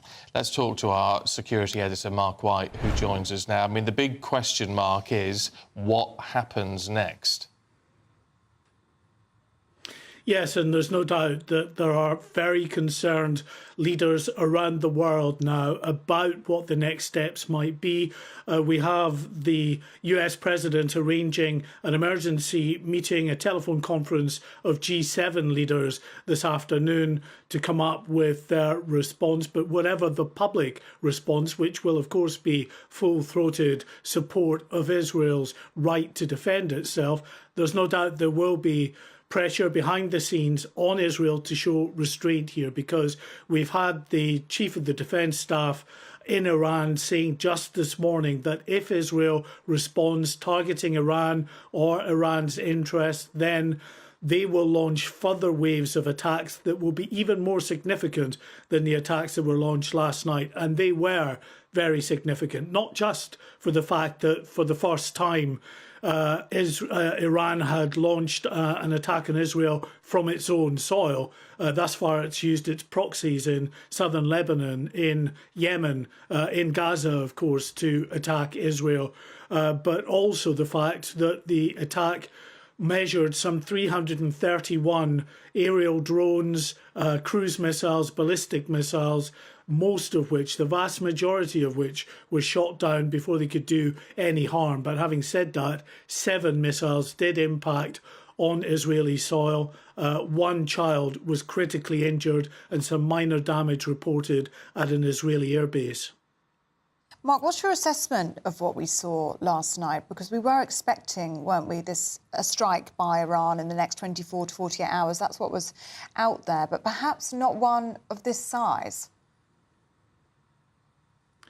No, I was surprised. I think as many people in the international community were surprised at the scale of the attack because the US had been privately briefing that they had back-channel communications suggesting that there would be a measured response from Tehran, and to get actually a response that involved drones and missiles coming directly from Iran for the first time. As I say, normally the way in which Iran has operated, and it has attacked Israel many, many times over the years, but has used its proxies. What we're seeing now is a state-on-state attack, and there's no way in which Benjamin Netanyahu won't respond to that, whatever his allies might say in terms of urging restraint. So what the level of that response will be will determine, I think, what the level again of the response from Iran will be. We could really enter a very disturbing downward spiral of more in the way of aggressive and larger scale responses from each of the sides, and that would really pave the way for a regional conflict that absolutely no one wants to see. No, we certainly don't. Mark White, thank you very much. Let's talk to the defence editor for the Evening Standard, Robert Fox. Morning to you, Robert. What's your assessment of this? Well, it has taken rather an unpredicted shape, as you say, on the scale. But as we heard from Mark, 331 projectiles over a variety of targets, but they didn't seem to have aimed at a major city. It was feared that Tel Aviv, Haifa, the great port, or Jerusalem could come under sustained and direct attack. That would automatically bring the Americans in. What I think is going on today is very serious, what's called BDA, Battle Damage Assessment. Really, how good was the quality of this attack? It took a long time for the drones to get there. The response was terrific from the Israeli Defense Force. They have said the success of the countermeasures, and it's not only the famous Iron Dome defensive system, but it's also the Arrow 3 hypersonic, potentially a missile that can strike hypersonic missiles. The F-35 planes, which Britain is getting, but Israel has the most sophisticated version of it. It all seems to have worked extremely well. So what they will be asking, and President Biden will be asking, and so will Prime Minister Netanyahu, is what else is Iran likely to do quite quickly? And one of the things that Mark has stressed is this very odd, there are contradictory statements coming out of Iran. From their mission at the UN, they're saying we were fulfilling something we're entitled to do under Article or Chapter 51 of the UN Charter, the right to self-defense, after our mission, our embassy, our consulate was attacked in Damascus. That's what you're hearing from the UN. What we're hearing from the foreign ministry and the chiefs of staff in Tehran is, you do anything against us now and we're going to strike back.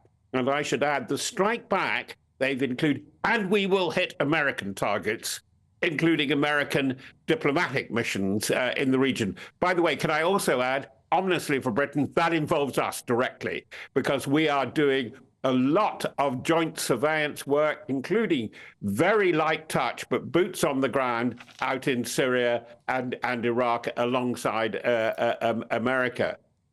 Again, to quote Grant Shapps, our defence secretary, he's been very careful about this. He always knew that, he said, we've got to accept that Tehran is the problem now. Tehran, the capital of Iran, all roads lead there.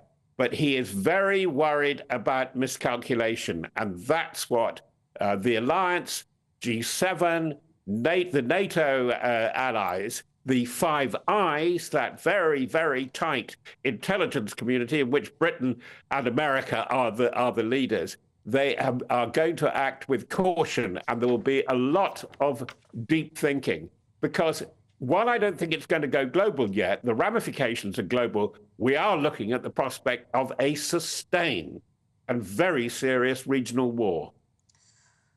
OK, Defence Editor for the Evening Standard, Robert Fox, thank you very much for your time.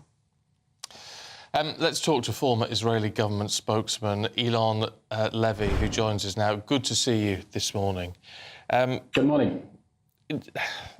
Look, the experts all say, look, of course, there is going to be a response. Netanyahu is going to want to respond to this. There's going to be a lot of pressure on him to either not respond or really dampen down that response. For the sake, as if you heard Robert Fox saying there, the concern of this escalating into a major sustained problem. Will he listen, do you think? Israel faces a major dilemma, and it faces a major dilemma because what happened last night was not normal. This was an unprecedented attack directly from Iranian soil, over 300 missiles and UAVs, combined with simultaneous attacks from Yemen, from Iraq, from Lebanon, and there would have been from Gaza as well if we hadn't destroyed Hamas's weapons capabilities. Now, on the one hand, the allies that helped Israel fend off this unprecedented attack clearly do not want to see an escalation. We don't either. But on the other hand, Israel cannot allow ballistic missile attacks from Iran to become the new normal. You know, it's been over 20 years that we've had a drip feed of rockets from the Gaza Strip, and the international community saying it's normal that terrorists can fire rockets at Tel Aviv whenever they want. You need to show restraint and not escalate. And that brought us to the horrific situation of October 7th, where Hamas felt emboldened and free to attack, thinking that the world would tie Israel's hands behind its back. And Israel needs to show deterrence against Iran now. Because we can't allow a situation in which the next time Iran wants to flex some muscles against Israel, it knows that the new normal is that it can fire ballistic missiles at Israel. That isn't a reality Israel will accept. It's definitely not a reality that Britain would accept. So what do you think Israel will do next? Well, I know that Israel has already called for an urgent meeting of the UN Security Council. It is demanding that it condemn Iran's attack and formally designate the IRGC, the Revolutionary Guards, as a terrorist organization. We hope that the unprecedented cooperation that we saw with regional partners yesterday, not only the UK, the US, France, media reporting that even Jordan and Saudi Arabia intercepted airborne threats, that cooperation will bring together a global coalition against Iran. Understanding it isn't this one-off attack. It's been over 30 years that Iran has been building an empire of proxy forces in Lebanon, in Syria, in Iraq, in Yemen, in Gaza, all around the region, to try to encircle Israel and to try to choke it and destroy it. That is Iran's goal. Iran wants to destroy Israel. And Iran wants to destroy Israel because it knows that Israel is the only thing standing between it and regional domination. And so the Israeli government is going to have to make some very difficult choices now about how to respond to Iran in a way that makes clear you cannot fire ballistic missiles at Israel and get away with it, even if Israel is phenomenally successful at intercepting them, but not escalating this into an all-out war that none of us want to see, because we know how devastating that would be. We're here on the ground and we will have to suffer it. Yeah, but I mean, that's the issue, isn't it? You talk about deterrence. And look, people will understand that. What we struggle with, being outside of the region, what we struggle with some of this is how you can, show that deterrence, how you can show strength, how you can show this shouldn't become a norm without it simply becoming just a lose-lose situation. And that's a very difficult balancing act that Israel is going to have to try to solve. But while Israel is carrying on with a keep calm and carry on mentality, and in Israel you're not seeing mass panic in the streets, there needs to be tough deterrence against Iran, and that response has to be regional. It has to be global. The world has to close ranks and tell Iran, you cannot continue this aggressive activity of arming terrorist armies to the teeth in Lebanon, in Syria, in Iraq, in Gaza, in Yemen, all over the region. The same proxy forces that have been attacking British ships in the Red Sea, the same proxy forces that have been attacking other international interests around the region. There needs to be tough deterrence. And, you say for people outside the region, it's difficult to imagine. I imagine viewers at home in the UK can't begin to imagine a scenario in which a country fires 300 ballistic missiles and UAVs at Britain. Now, I know if that were to happen, Britain wouldn't say, well, toodle pips, never mind, let's turn the other cheek. There would be a response, because you cannot simply fire ballistic missiles at the sovereign territory of a democratic country and get away with it. Iran needs to be put in its place. And it's important that Iran be put in its place with a regional coalition and not by Israel standing alone. And yesterday was definitely encouraging to see that regional response. Let me ask you about that then, because how do you get a regional response against Iran when, from what we see, our perception at least is that the vast majority of the region around Israel is going to be more pro-Iran than pro-Israel. Now, the global view may be different, but how do you generate a regional response in a region that seems to be anti-Israeli? The geopolitical lines in the Middle East are now between Israel and the moderate Arab nations against Iran and its axis of terror. Iran has invested billions in Hezbollah, Hamas, the militias in Iraq, the Houthis in Yemen, creating this crescent that is trying to surround Israel and threatening other Arab countries. Let's remember, Saudi Arabia has already suffered cruise missile attacks from Iran on an oil field just a few years ago. Our neighbors, Jordan, Saudi Arabia, the UAE, are just as concerned about Iran as Israel, and they're concerned about Iran even before it gets nuclear weapons. And Iran could be very close to doing it. Fundamentally, Israel has far more in common with countries like Jordan, Egypt, and Saudi Arabia in terms of their basic strategic interests that we share with the West and Britain containing Iran, than there are differences between us. So what we need to see is partners around the world helping with the process of normalization. Remember, before this war, we had a process that brought peace between Israel and Morocco and the United Arab Emirates and Bahrain. We were on the brink of an agreement with Saudi Arabia, and that momentum has to continue. Part of what has been bringing these countries together is, first of all, the Arab countries' realization that they've benefited nothing from boycotting and sidelining Israel, but also because we share a common threat. The Iranian regime that has been filling our region with terrorist armies, sowing chaos and instability to try to advance its cause of regional domination and the pursuit of nuclear weapons. OK. Elon Levy, really good to talk to you this morning. Thanks very much indeed. Anytime. Thank you. Well, coming up at 9:30 this morning is Camilla Tominey's show, and Camilla is with us now. Good morning to you, Camilla, and I'm sure this attack by Iran on Israel is going to be a main theme of your show this morning. Well, absolutely. I'll be speaking to the Health Secretary, Victoria Atkins, in her capacity as one of Rishi Sunak's right-hand women, to ask about the UK's response to this, what it means for GB viewers and indeed listeners. I mean, it's very worrying developments in the Middle East overnight that obviously can't be ignored, even though we aren't in that region, because of the impact it has on us. And we've already seen a sort of British military offensive in moving our own defences to strategic areas in order to try and help Israel in that. And the political fallout of that that when it comes to Rishi Sunak and perhaps potential splits that might emerge in the treatment of our relationship with Israel, and indeed Netanyahu's response to this, of course, will be telling over the coming days. It's going to be a very busy week for the Prime Minister anyway, because he's got his Rwanda bill back in Parliament next week. We've also got the fallout from the Cass report, which of course I'm going to be discussing with Victoria Atkins.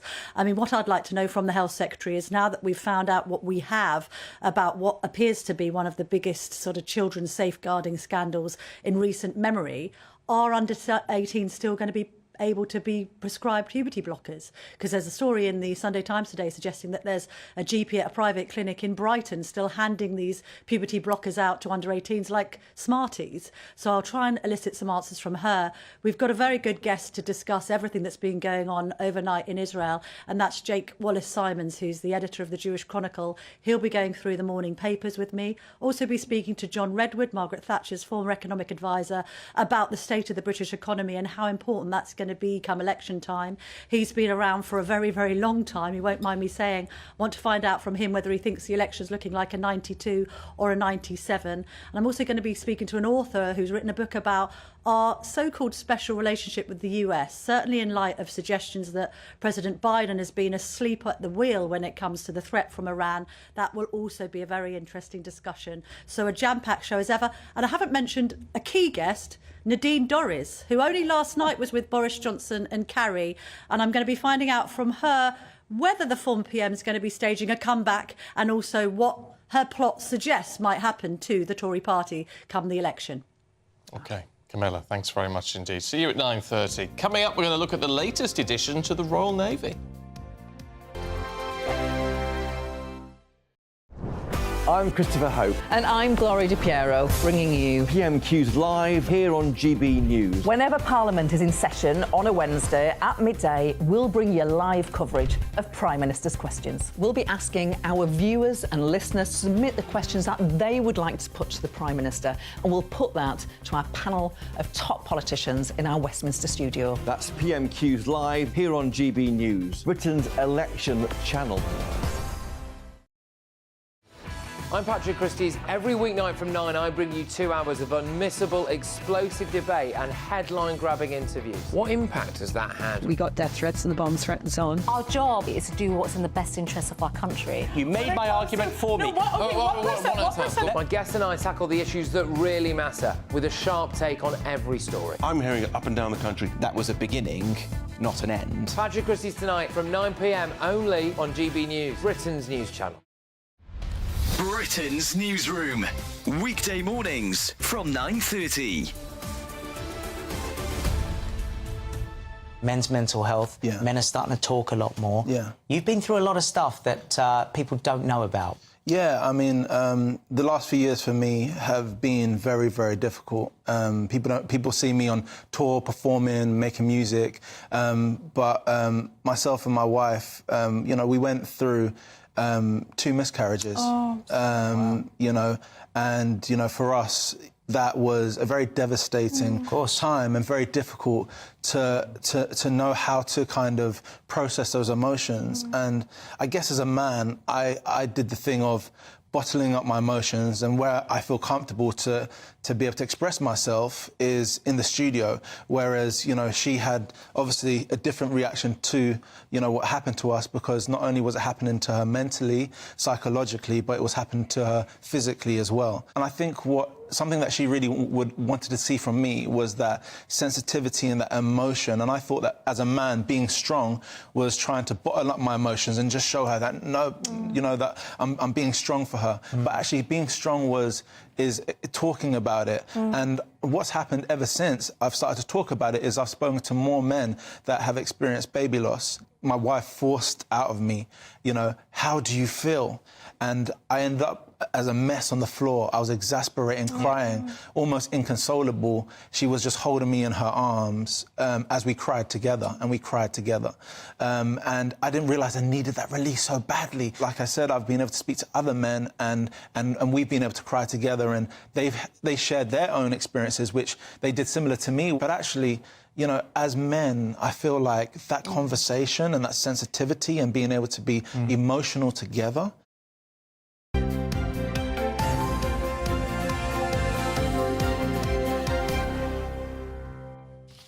It's 9:22 and it's time for our biggest giveaway of the year so far. Your chance to win £10,000 in cash, luxury travel items and a 2025 Greek cruise worth £10,000. Yeah, add all that together and it's more than 20 grand and it could be yours. Here's how.